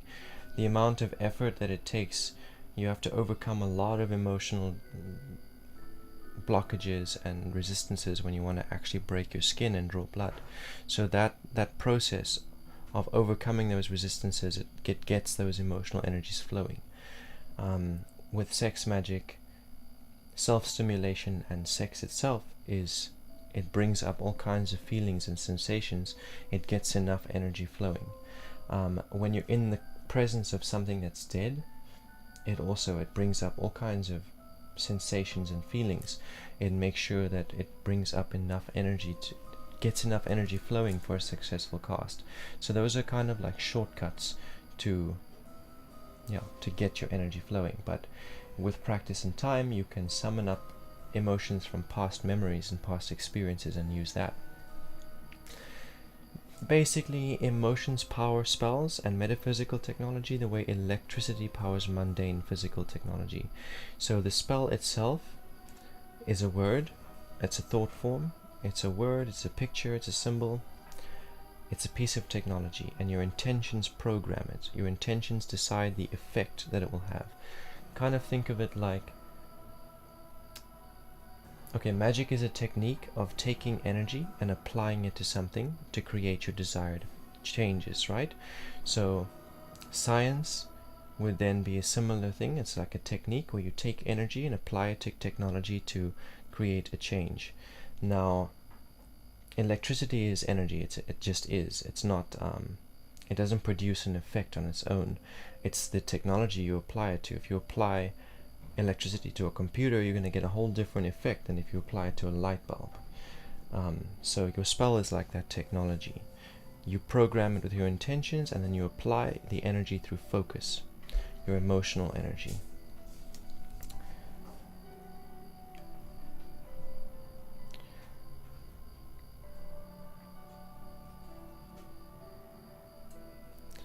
I've been successful at my workings, but notice they don't last very long. Very interesting.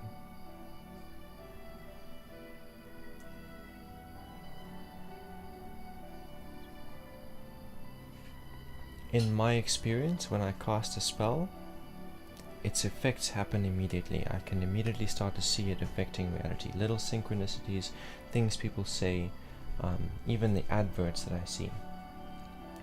But it continues to affect reality month after month. It continues to change my reality. the effects seem to last up to a year before it dissipates. And what I like, if I look back a year and I look through my journal at all the spells that I cast, I'll see, holy snap, holy fuck, I've like everything that I cast for a year ago is now fully present in my reality. At the time that it was cast, I saw immediate changes, but it took time for it to fully reach its like maximum potential.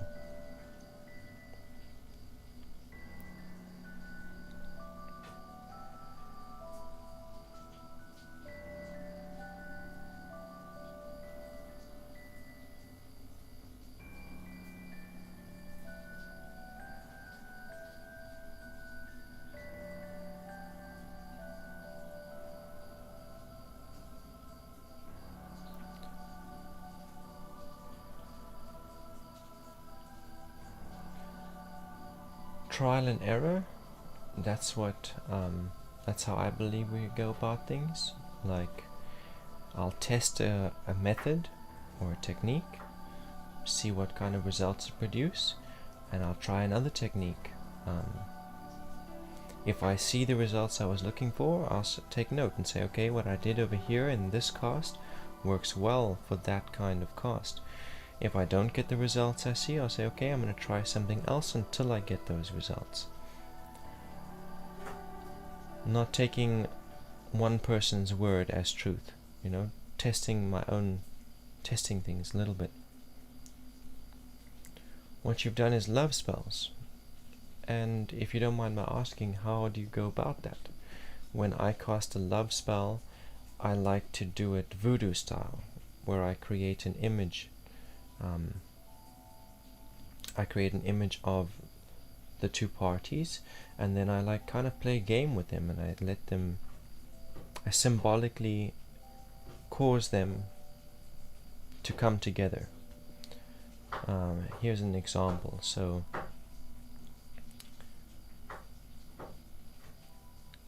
bringing in various ingredients like lavender and other things that represent love and feminine prowess and masculine prowess, and then I have a bowl of water to represent the feminine. That's the voodoo fetish of the feminine. It has her name in it. I have visualized her, and I've taken that image, that energy, and bound it to the water. And I've got a candle that represents the current reality, the way that they currently exist. And I've got a little doll with a picture of the man inside of the doll. Then I tie him to the candle. And I say, okay, this is the current reality. He is separate from her. Then I take my symbolic ingredients and I anoint him with it and say, okay, he's going to feel compassion for her, he's going to feel lust for her, he's going to feel, I apply the different ingredients to him, they're symbolic of things he's going to feel. And then I say, okay, the flame is my intention, so when the flame sets him on fire, he's going to feel all of those things. And once the candle is melted enough, he's going to fall out of his current reality into her embrace. He's going to fall into that bowl of water. Yeah, basically set up like a domino effect. And then once I set it in motion, then everything else happens symbolically, and then those changes take effect in reality slowly over time.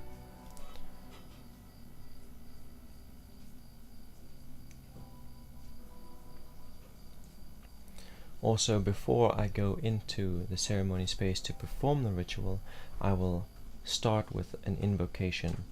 So I'll pick Venus, or I'll pick Eve, or I'll pick some kind of divine feminine archetype that corresponds with the domains of sensuality and sex and love and intimacy, and I will invoke that spirit and I will make my request. I'll state my intention saying, this is what I want to manifest, and I'm calling on your energies to help me with that because you rule over the sphere.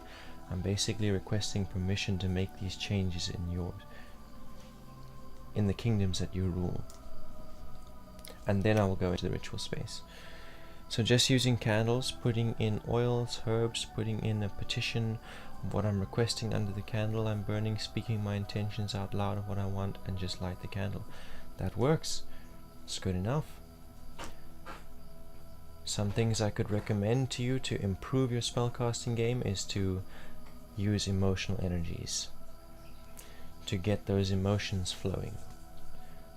Before you put all of your fetishes together, before you put your enchanted candle there and your oils and get the spell working, to meditate on the feelings, meditate on love and lust and sensuality and intimacy to the best of your knowledge and your experience, to really remember those feelings and try and get them, try and relive them, try and feel them again, because as I was saying earlier, the emotions power the spell.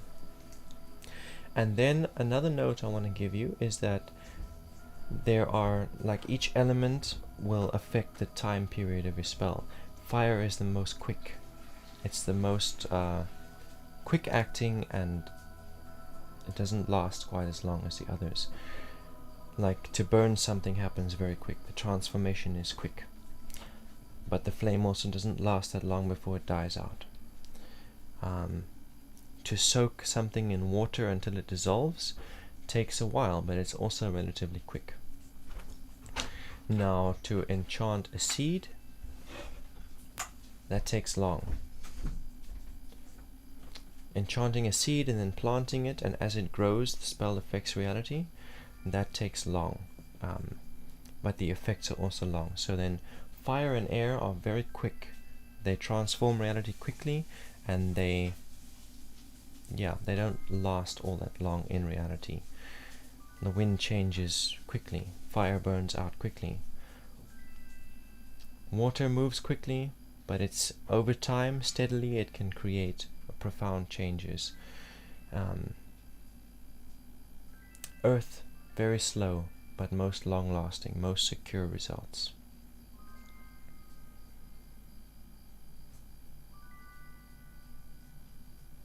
And then each one of these elements is also symbolic. Like air is symbolic of the realms of thought. So if you want to influence someone's mind, a spell with air and air symbols, great for that. If you want to influence passions, intentions, desires, fire. If you want to influence emotions, water. If you want to influence finances, home space, the physical realm, earth. And then your most powerful spells are going to be ones that incorporate all of those elements, and that are not a single cast.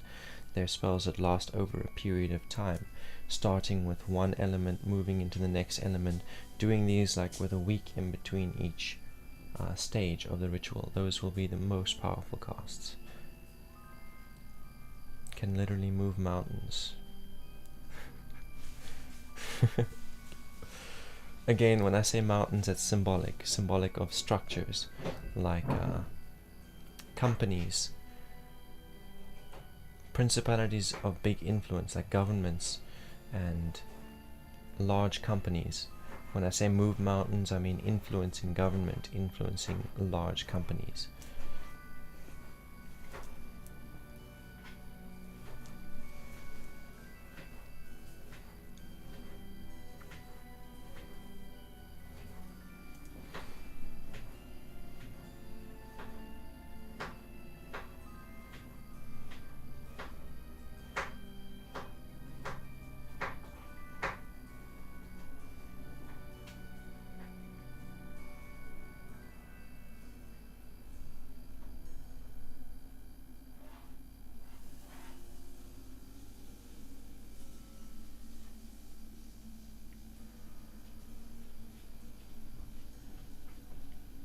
Having a look to see how long I've been online.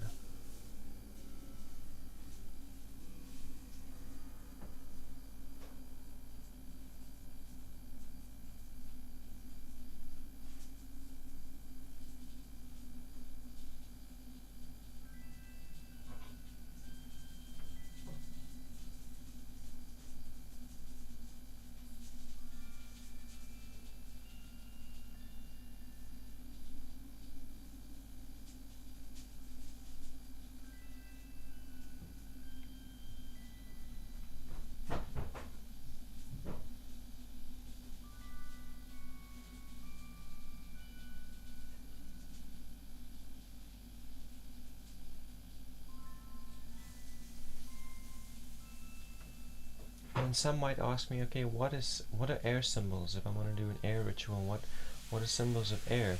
So then smoke, like smoldering smoke or vapor. I like to start, if I'm going to do a big ritual, I like to start with fire, and then when the fire has turned into coals, then to throw water on it and create what's the word I'm looking for? Steam for air. Rope is a good one for air, like string, swinging it around in the air. Basically, I have a rope dedicated as my air symbol, and I took that rope up to a hill on a windy day and swung it around in the air with the intentions to capture the air. Then I tied it in a knot, basically symbolizing that I'm tying this air into the rope, and then I use that rope as my symbol for air.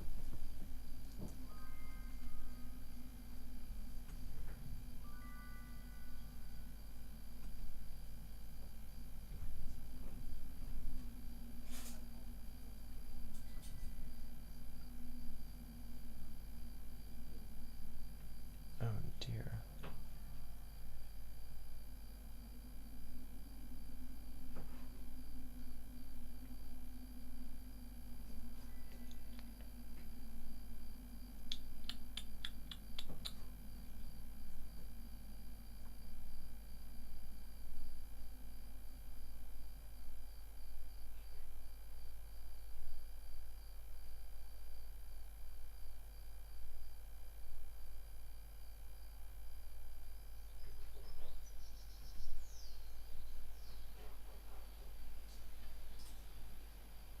Oh dear, my whole system froze up because I tried to check how long I'd been online.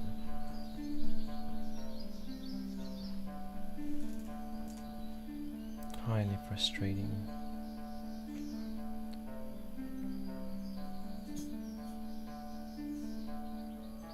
But I see that I have 2 viewers on Twitch, and you guys are the only viewers I've got at the moment. So if either of you would like me to have a look into the scrying waters on your behalf, let me know, because I'm thinking I'm going to do that if you want it, and then I'm going to close with the little bit of Reiki healing for anyone who joined for the Reiki, anyone who spoke the enchantment, and close up for the day.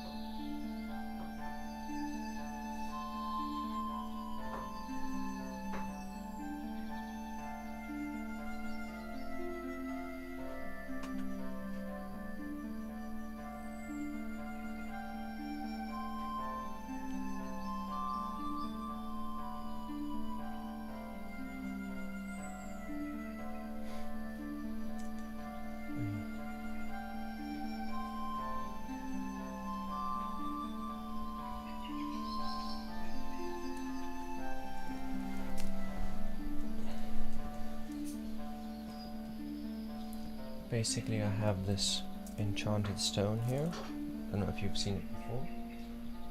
There's a symbol on it. That symbol corresponds with a verbal enchantment, and that enchantment is Bara Viko Net M Jota. I'll say it again. Bara Viko Net M Jota. So speaking that out loud will link you, will open a gateway between you and this stone. So any energy that I direct to the stone you can receive as well. That's the theory. It seems to work, but I haven't really had any kind of legitimate feedback.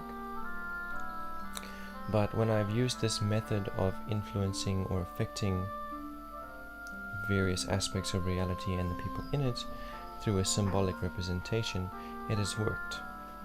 So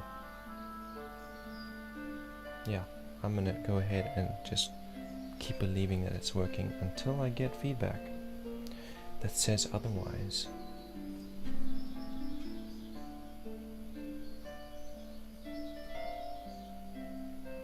But yeah, that's the consent.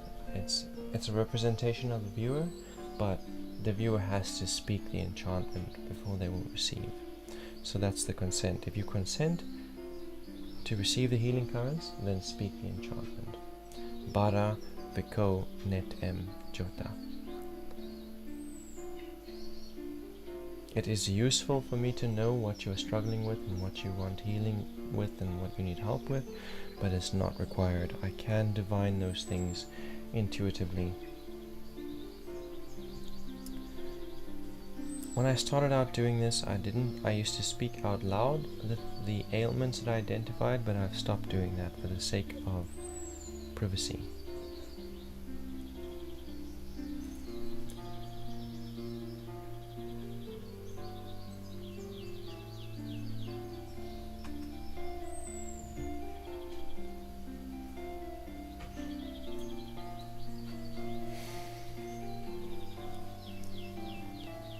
I'm going to go into my heart space and find memories where I knew without a doubt that I was loved, where I knew without a doubt that I loved, and likewise for compassion and forgiveness. Bring back those feelings. If you want to cause harm to someone, you need to be able to hold deadly levels of hatred and fear. If you want to create healing, you need to hold unimaginable levels of love and compassion.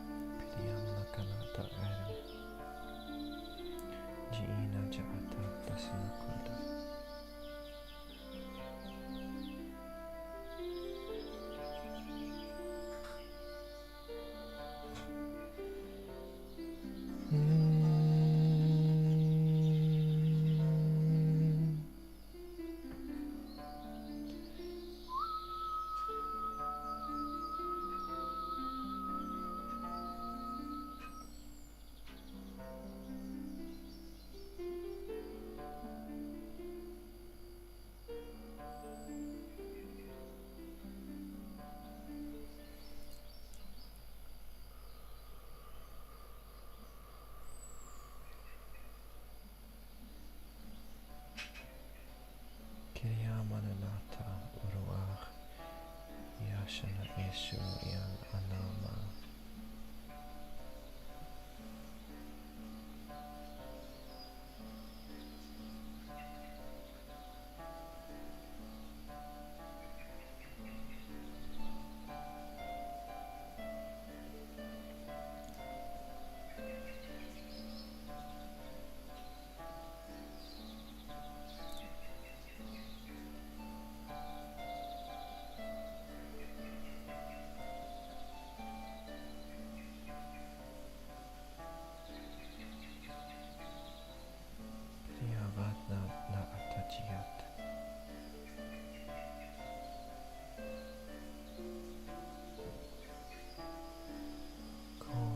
Sanaka, Siora, Sekora.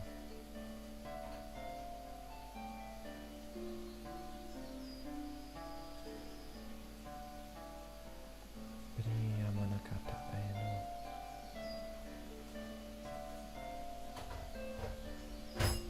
Nahamatachini.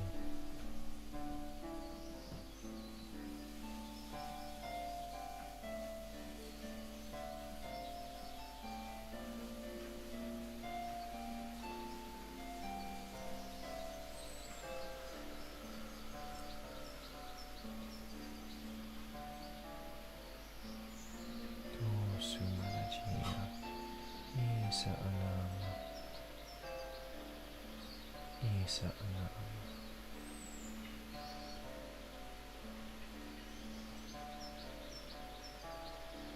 Beatri Manikana, Mitinya Kachende.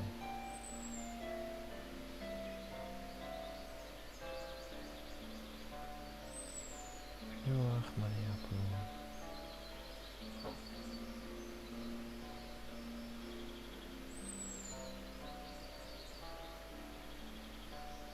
Isa Anama.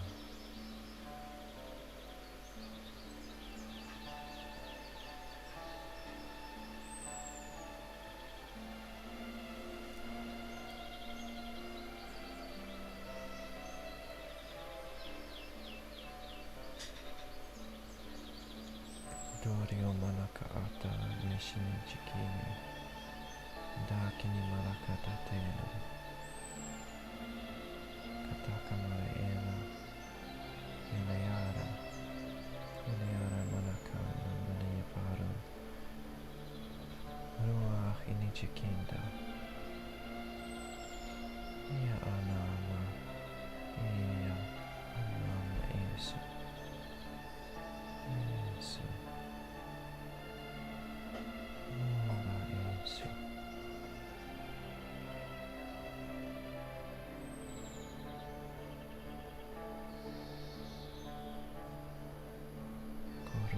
Sekora. Amen.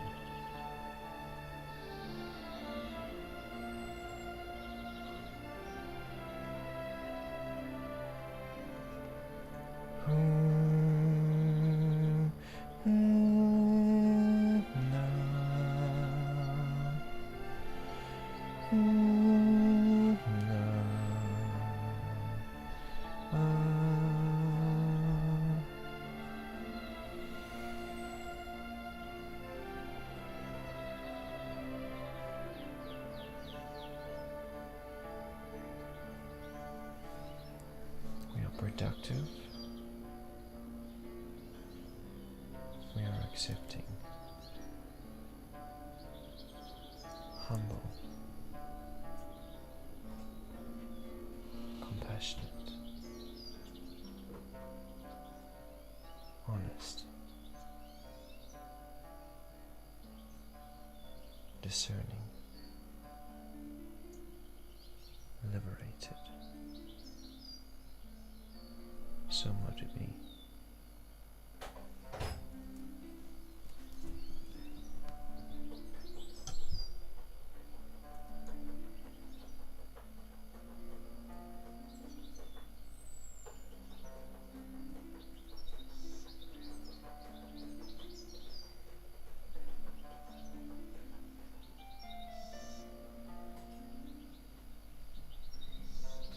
It's 2 hours 2017 minutes it would seem.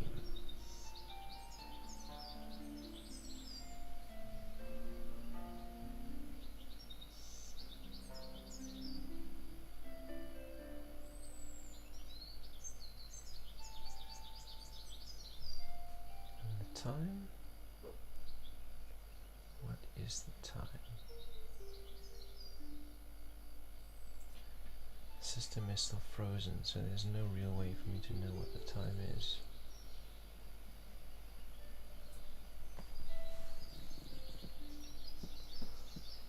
It's probably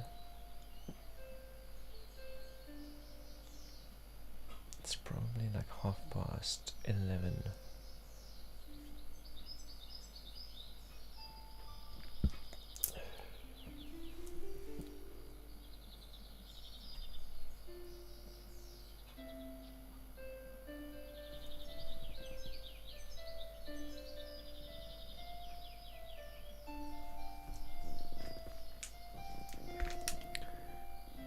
Do you know the sound?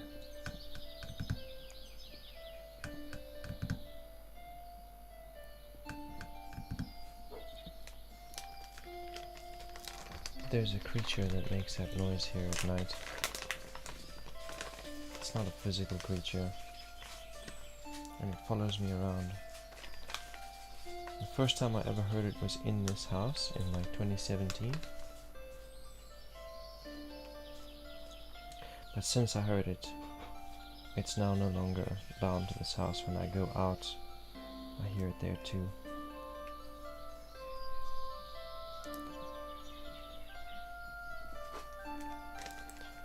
When I go visit the neighbors after dark, I hear it. When I go and stay somewhere else after dark, I hear it. I never heard it during the day. Lately it only seems to show up after 12 at night, like AM, 12 AM, but that's not exclusive. It has been around earlier than that. Always after dark though. Just curious to know if anyone else has encountered a similar creature. Okay, so it's not 11:30, it's 11:04.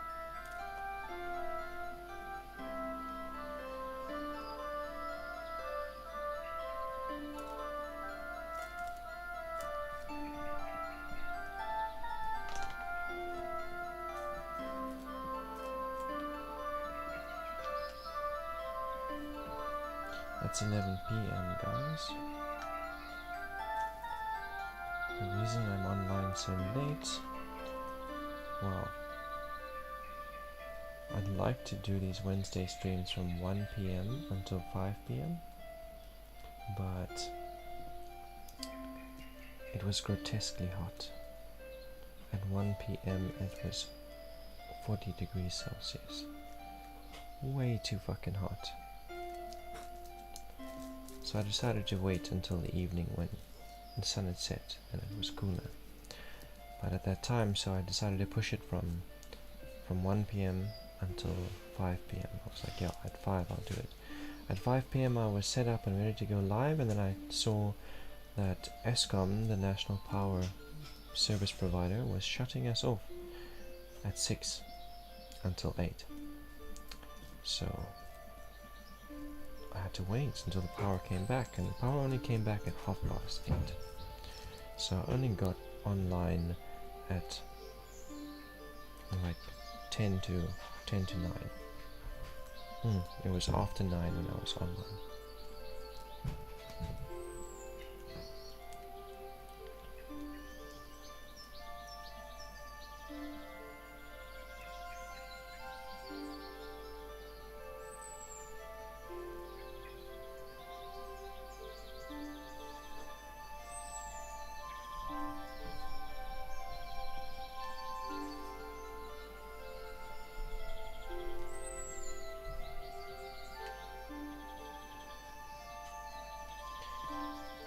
It was frustrating, all of those delays, but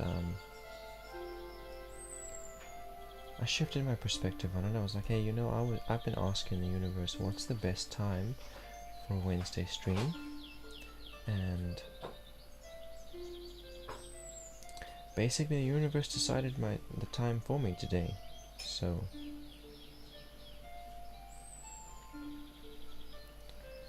the chat has been very quiet. The stream has been very quiet.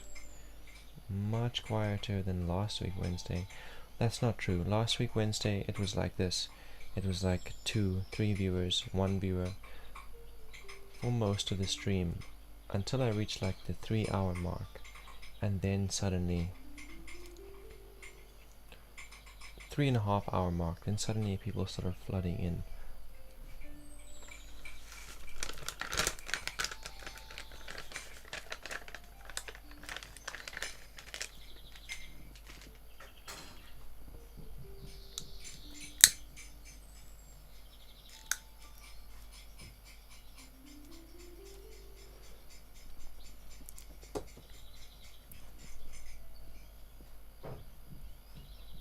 So we're all concerned about warfare, right?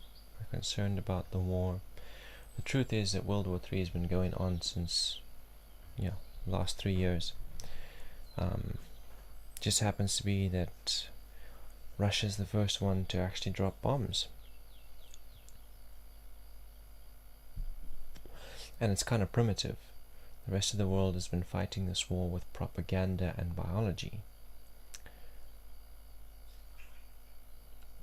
Throwing bombs around seems kind of primitive in comparison.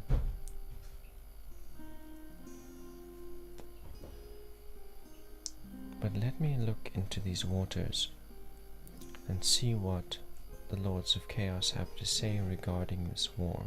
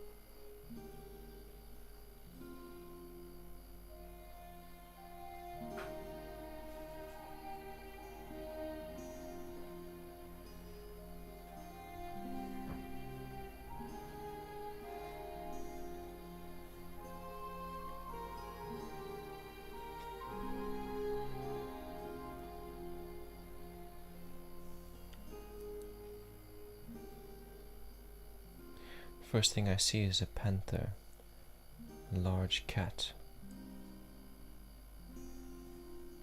a large black cat. Its eyes are glowing, and it seems to have sparks in its mouth. It might be cat-like, but it seems to be a dragon.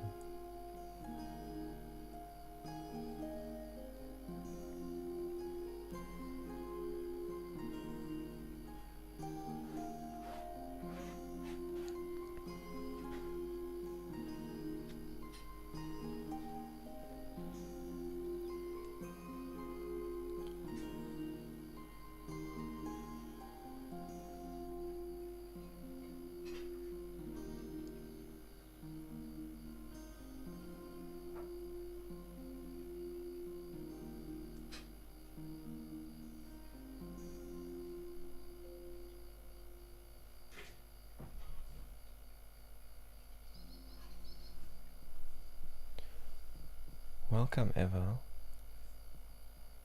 I'm really glad to see you here in the stream.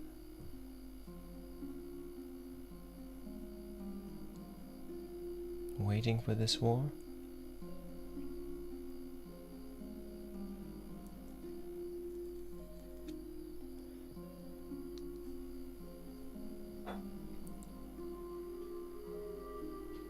I hope it'll be enough. I hope it'll be big enough.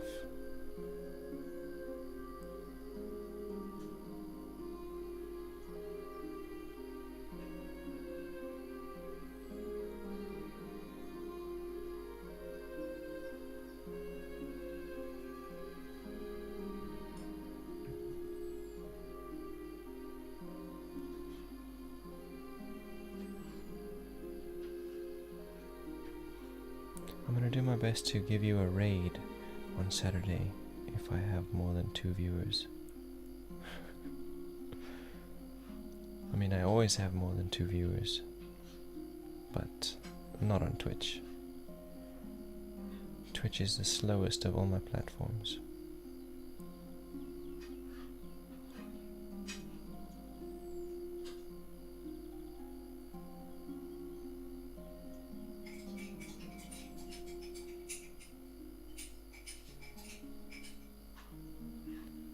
It's difficult for me to make sense of what's going on here in the waters, but it looks like this dragon creature is turning its face. It's looking at something.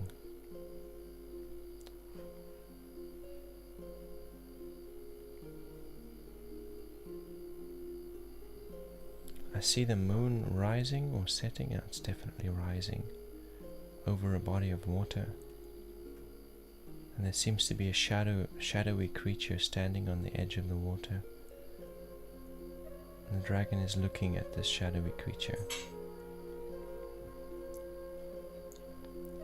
It's the figure of a man, like a silhouette of a human, dressed in robes.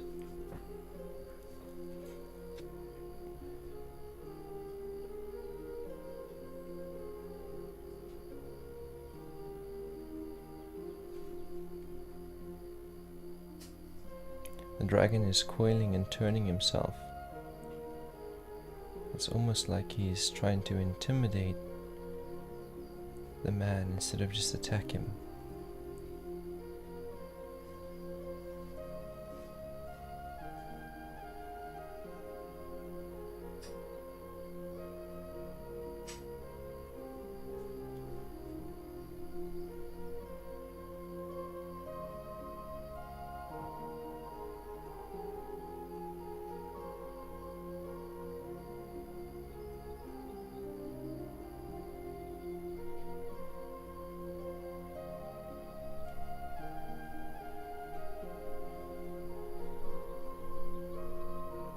Set. He has many names. In Egypt he was called Set. In Greece he was called Eris, or she.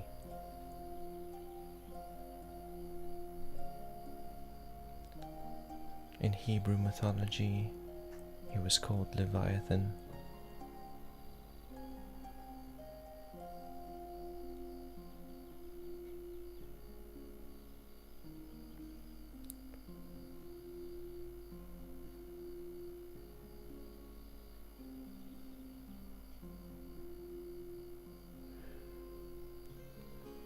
There seems to be a second figure that's appeared, much closer to the dragon's head. He has a rod in his hand, and he's almost like poking the dragon with the rod.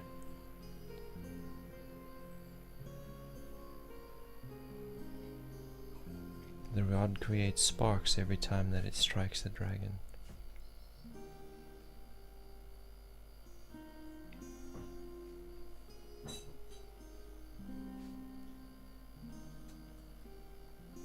The dragon is now eating this man. He's opened his mouth and seems to be closing around the man, swallowing him.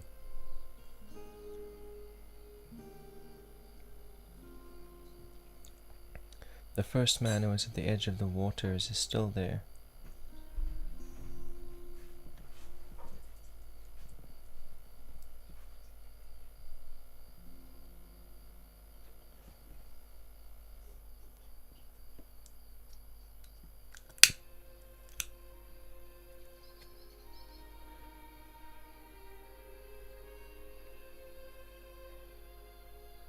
Welcome, Lisa Harvey. We are gazing into the scrying waters, into the black waters, to see what they have to tell us about this ongoing warfare. So far we've seen 2 men standing at the edge of a water, confronting a dragon. The dragon was trying to intimidate the first man. The second man decided to poke the dragon, and now he's being eaten by the dragon.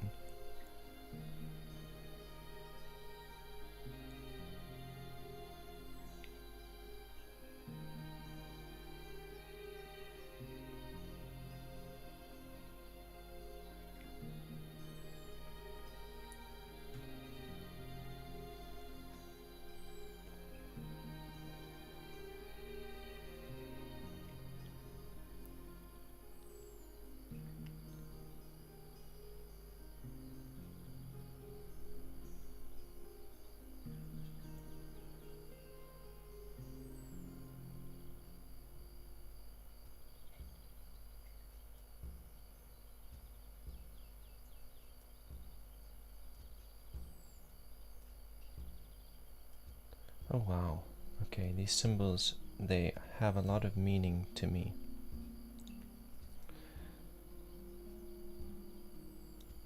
The dragon is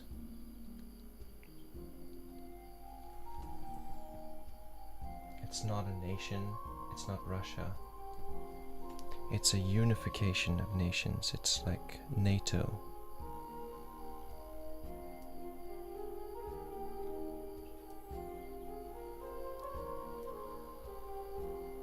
I'm not so certain who the first man is that the dragon tries to intimidate.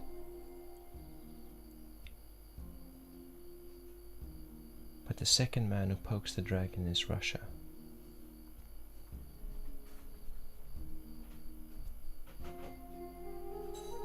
So that's what has happened here.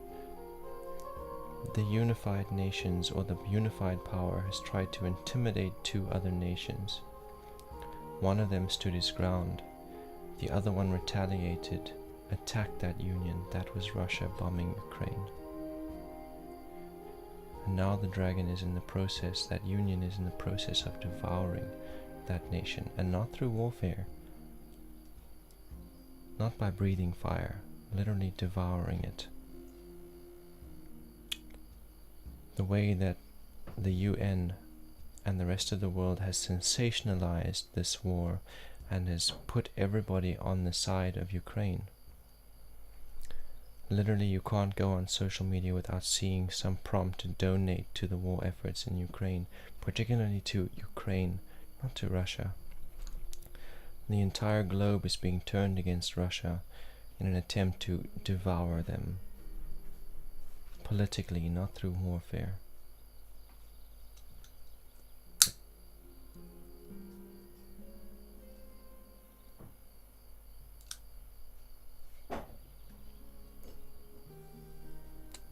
Does anybody have any idea who the first man is? Because it seems like this conflict was not started because NATO threatened Russia. NATO threatened someone else.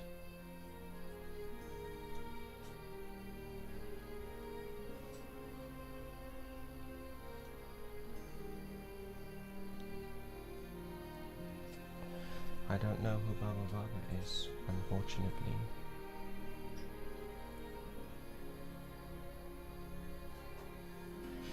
Israel as the first man. Very, very likely.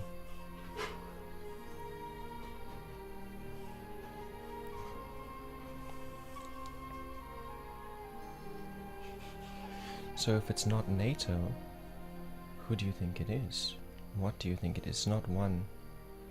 It's not a man. This dragon has a life of its own. It's something created by men, or something that men have given power to, that has taken a life of its own.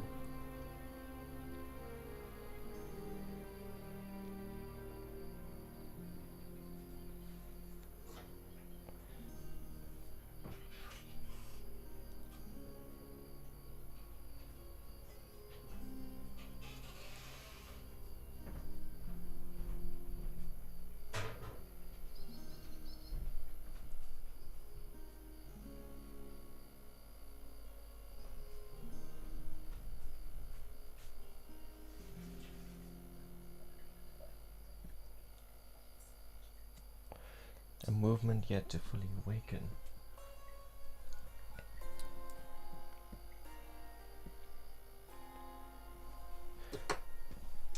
Let's have more clarity.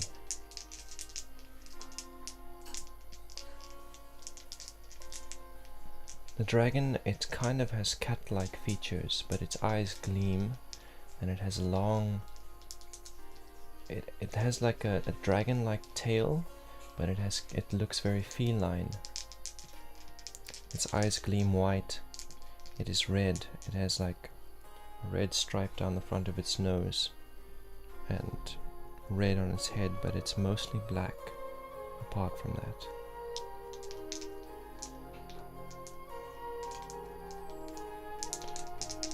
Give us more clarity into who or what this dragon is.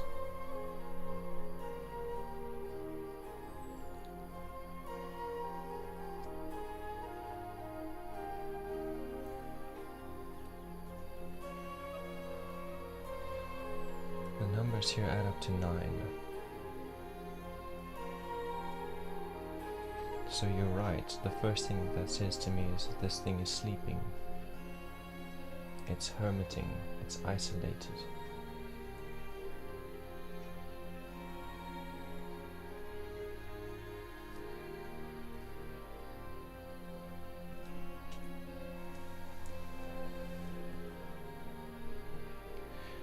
I have no doubt that you're right, Eva. Red stripe like that on forehead and over its hair is an old Vedic practice for married women, I believe. That is very interesting to take into consideration. I do feel like the symbols of the color is specifically to do with my associations to those colors and patterns. The cat, the feline, it's a symbol of the heart. And the dragon of the heart is resentment and hatred.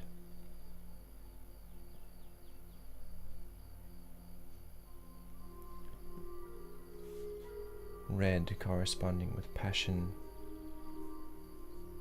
passionate vengeance because of betrayal.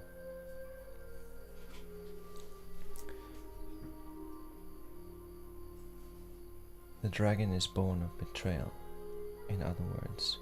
But this diecast is saying to me that the dragon is isolated and hermited and has been so until recently.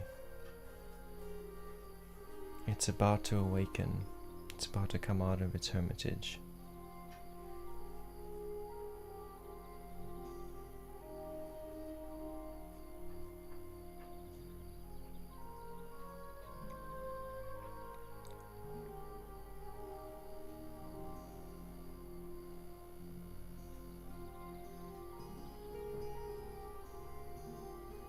What else that has to say to me is that it's been planning for a long time. So these draconic vibes, I know them well. I often see myself as having those draconic vibes. I lay still. I lay still and I observe from one place, and I alter reality from one position. I create realities and change them. And sometimes I see there are resistances to the reality that I'm creating. And I see, okay, over here I'm going to have to go and influence this individual, or I'm going to have to go here and make a change, or I'm going to have to do that in order to make this reality click into place. But I'll continue to build my reality and make my plan. And then when I get up to move, it is a strategic and deliberate effort from point A to B to C to make those changes to ensure that the reality aligns the way I've seen it. So this number is saying that this dragon has been waiting for a long time. It's been creating its effort, it's been sowing its seeds and investing its energy. And it's right at the end of that now. It's ready to step, it's ready to wake up and move to its various points to click all those variables into place in order to make sure that its will is accomplished.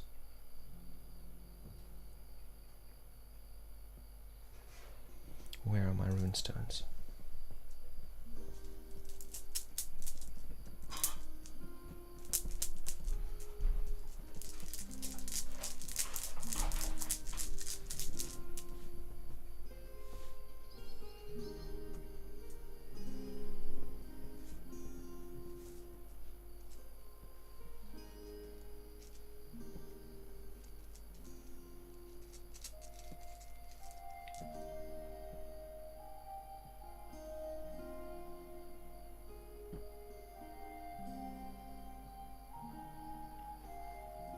Do I have here the Earthstone? No.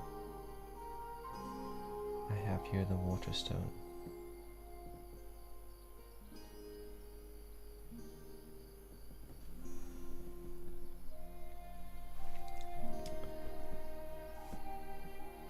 Now, water.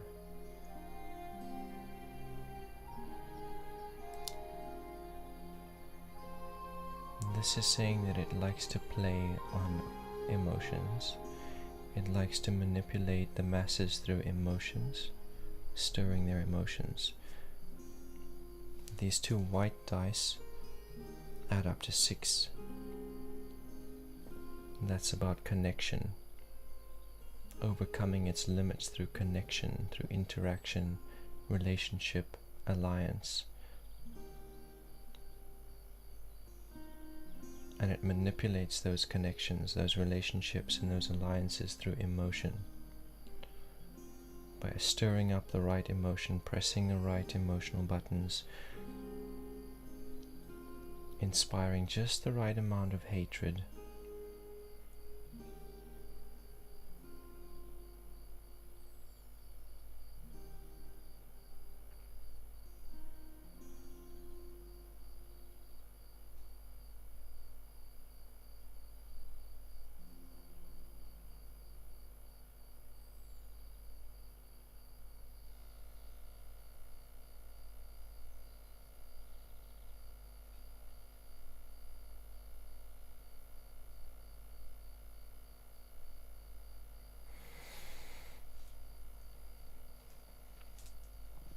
Water is very chaotic. It's a very chaotic element. It's influenced by many variables. The moon decides its tides and its currents, the sun as well.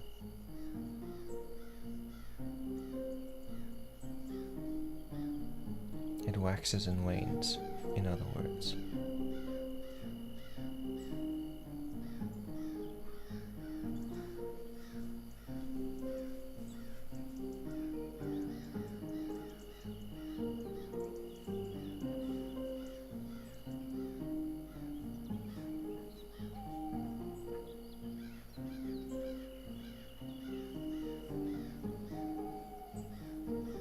Well, what I'm getting from this is that how we can identify this dragon that Rush is picking on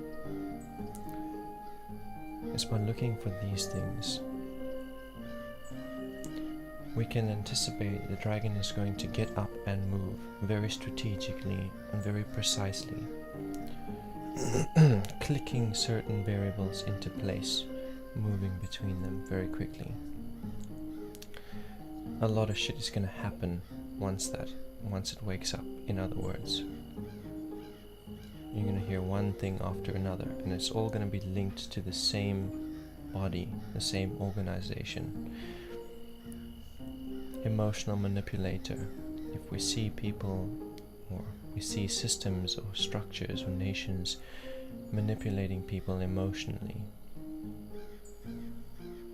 playing with their emotions to get them to choose sides or whatever, or to take a certain action, particularly where it comes to vengeance and hatred. That will help us identify the dragon.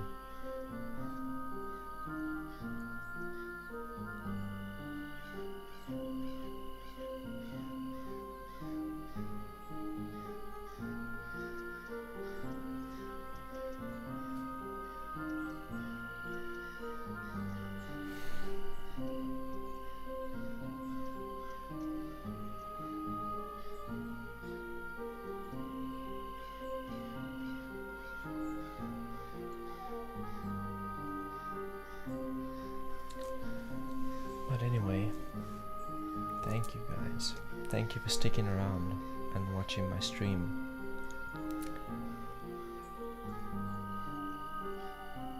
Thank you so much, Eva, for your support and the raid you sent the other day and the tip you sent.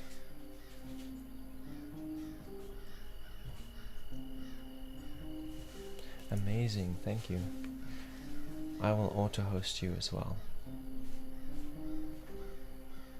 But yeah, I'm gonna put a stream in to my schedule on Saturday.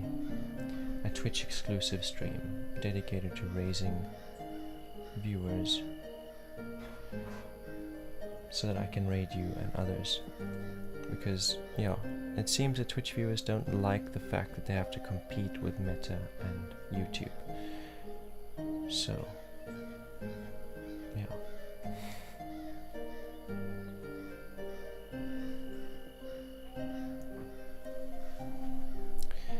see how that goes. You know, it doesn't really matter what we do, as long as we do it consistently, it does result in success and abundance. So even if this Saturday I don't raise a large number of viewers, next Saturday will be better, and so on and so forth.